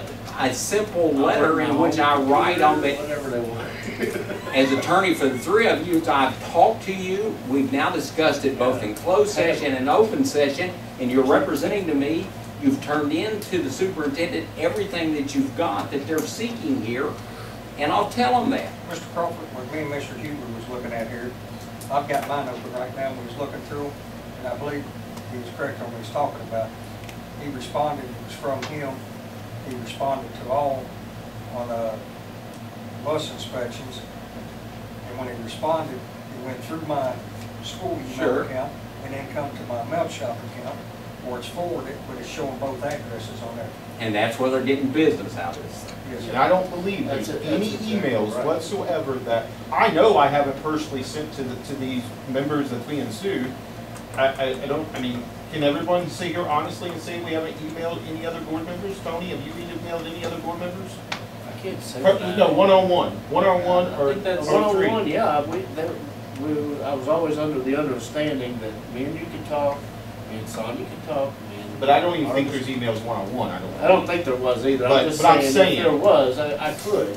Three But there was members never a hasn't three-member happened. forum. Sonia, can you say the That's same? what you said, that you've not communicated, that We you have wouldn't not. find none of that on there. Is Exactly. that right? Nothing. Okay, I think that's a simple thing to get straightened out. It's a miscommunication we need to get straightened out as soon as possible. Unless Mr. Hoover sent something out that didn't get the whole board. If he just got one or two and you just reply to all. Because it's a tricky situation for Yeah, everyone to it's sit kind here of and a say, catch oh, there's there. not one email But I think that it's- may have not got through all 5 members, because that happens, Mr. Okay. Huber, many times. Here's the says- answer to that. If there's any concern about that, they want this from November 8th.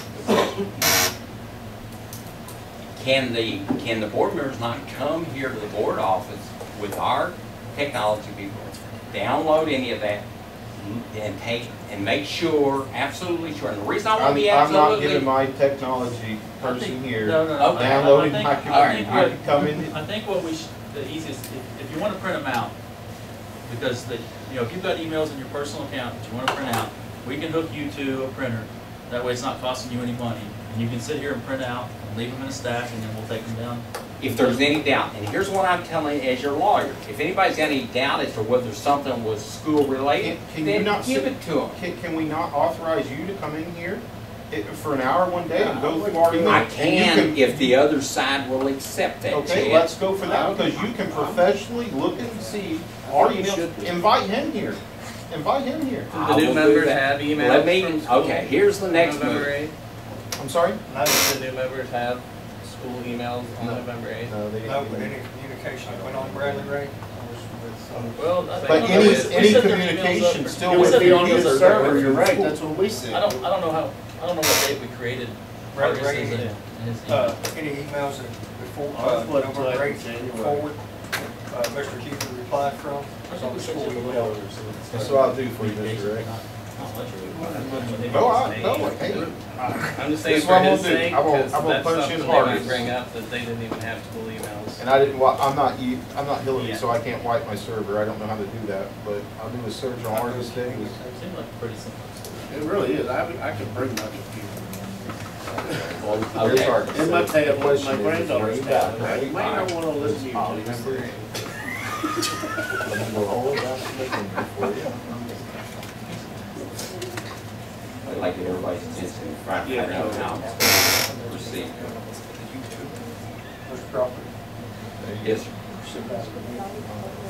see how to make, You're the lead, Well, I'll do that if you all tell me that. you're the lead. you're the lead.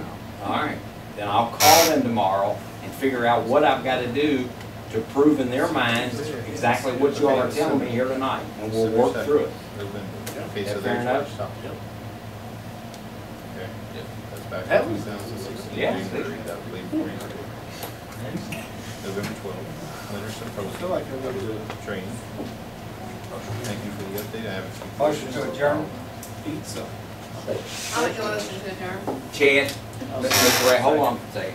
Okay, while you all were talking up there, the rest of the board told me to get a hold of the attorneys tomorrow and explain, look, you've got everything there is. What is it that I need to do in order to prove that to you? And if they insist on the sit down that you're talking about, then we will get back with each of the 3 board members, figure out a time to do this and a way to do this and get it done. Okay? And That's fine with me. Okay. I would like. Appreciate that. And I'll tell you one way or another what I find out here. So back to the original thing that you had started this conversation, you had said that it's a $5,000 thing. My suggestion is to stay with Crawford at this point and not bring in Chenoweth. And I'll talk to Mr. Chenoweth tomorrow and tell him we're trying to work through something. I'll talk to the lawyers up there and say, look, the 20 days will be up here in a couple of days. Extend that out. Let's see if we can get this worked out to satisfy you, and then we drop this lawsuit. And I guess there's other allegations in here that we texted and emailed during board meetings, which, you know, That'd be Travis Chetty. I've never texted. Are you reading out of the paper? Yeah, this is in the newspaper. Okay, well, I can't speak to what's in the newspaper, guys. Well, I mean, no, Yeah, this came from a lawyer. The lawyer's telling us.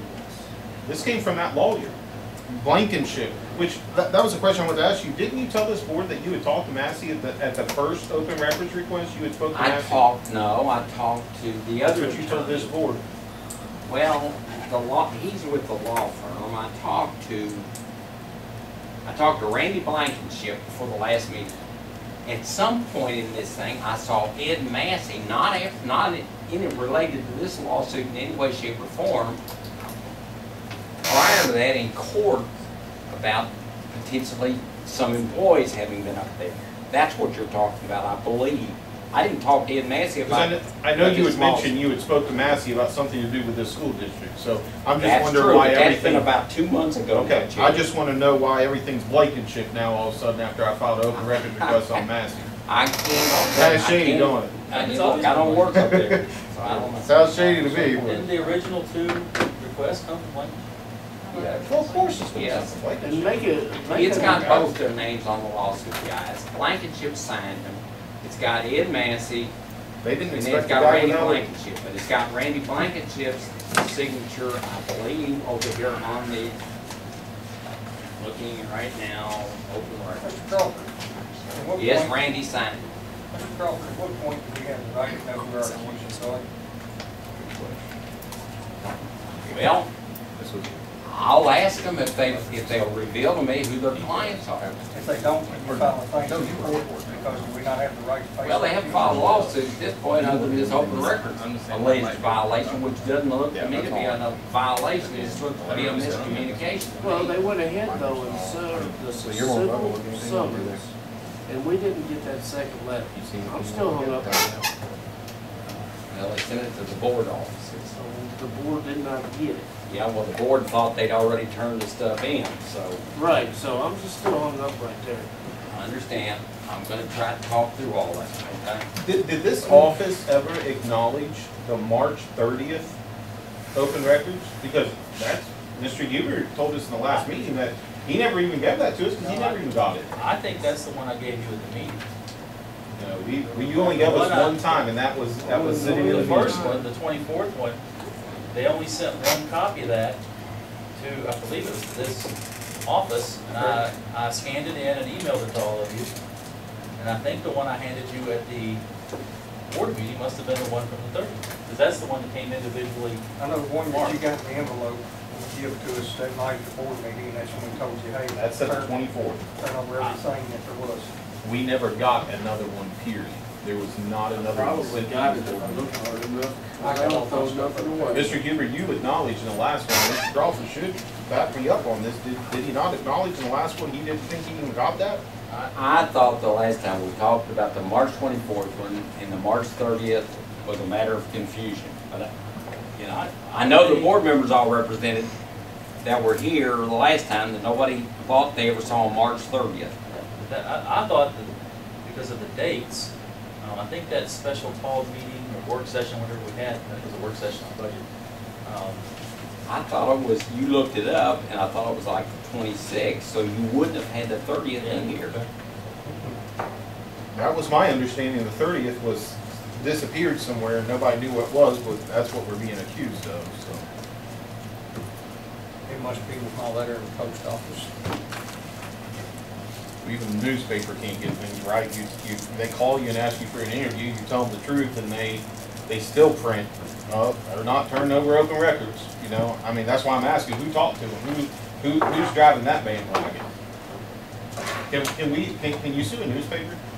You can, but it's very difficult. I figured that. Just It'll thought I'd all ask. come out in the wash. Yeah, I was going to. But I invite the public to come when I open up my emails to the attorneys also. We got a motion on the floor to We never adjourn. need to do the consent agenda. I'll second that. I was too quick, we didn't do consent agenda. Oh, motion to approve, we rescind your second. I'll rescind my first. Motion to approve consent agenda. I'll move to approve consent agenda. Just a minute. Just a minute. Oh, approval minutes. I'll second. Got a second? I tried not to do that last time, didn't Let's get it. I? Got a motion, second. All in favor, signify by saying aye. Aye. 5-0, Ms. Carried. Motion to adjourn, I'll make the motion. Sonia seconds. Second. All in favor, signify by saying aye. 5-0, Ms. Carried.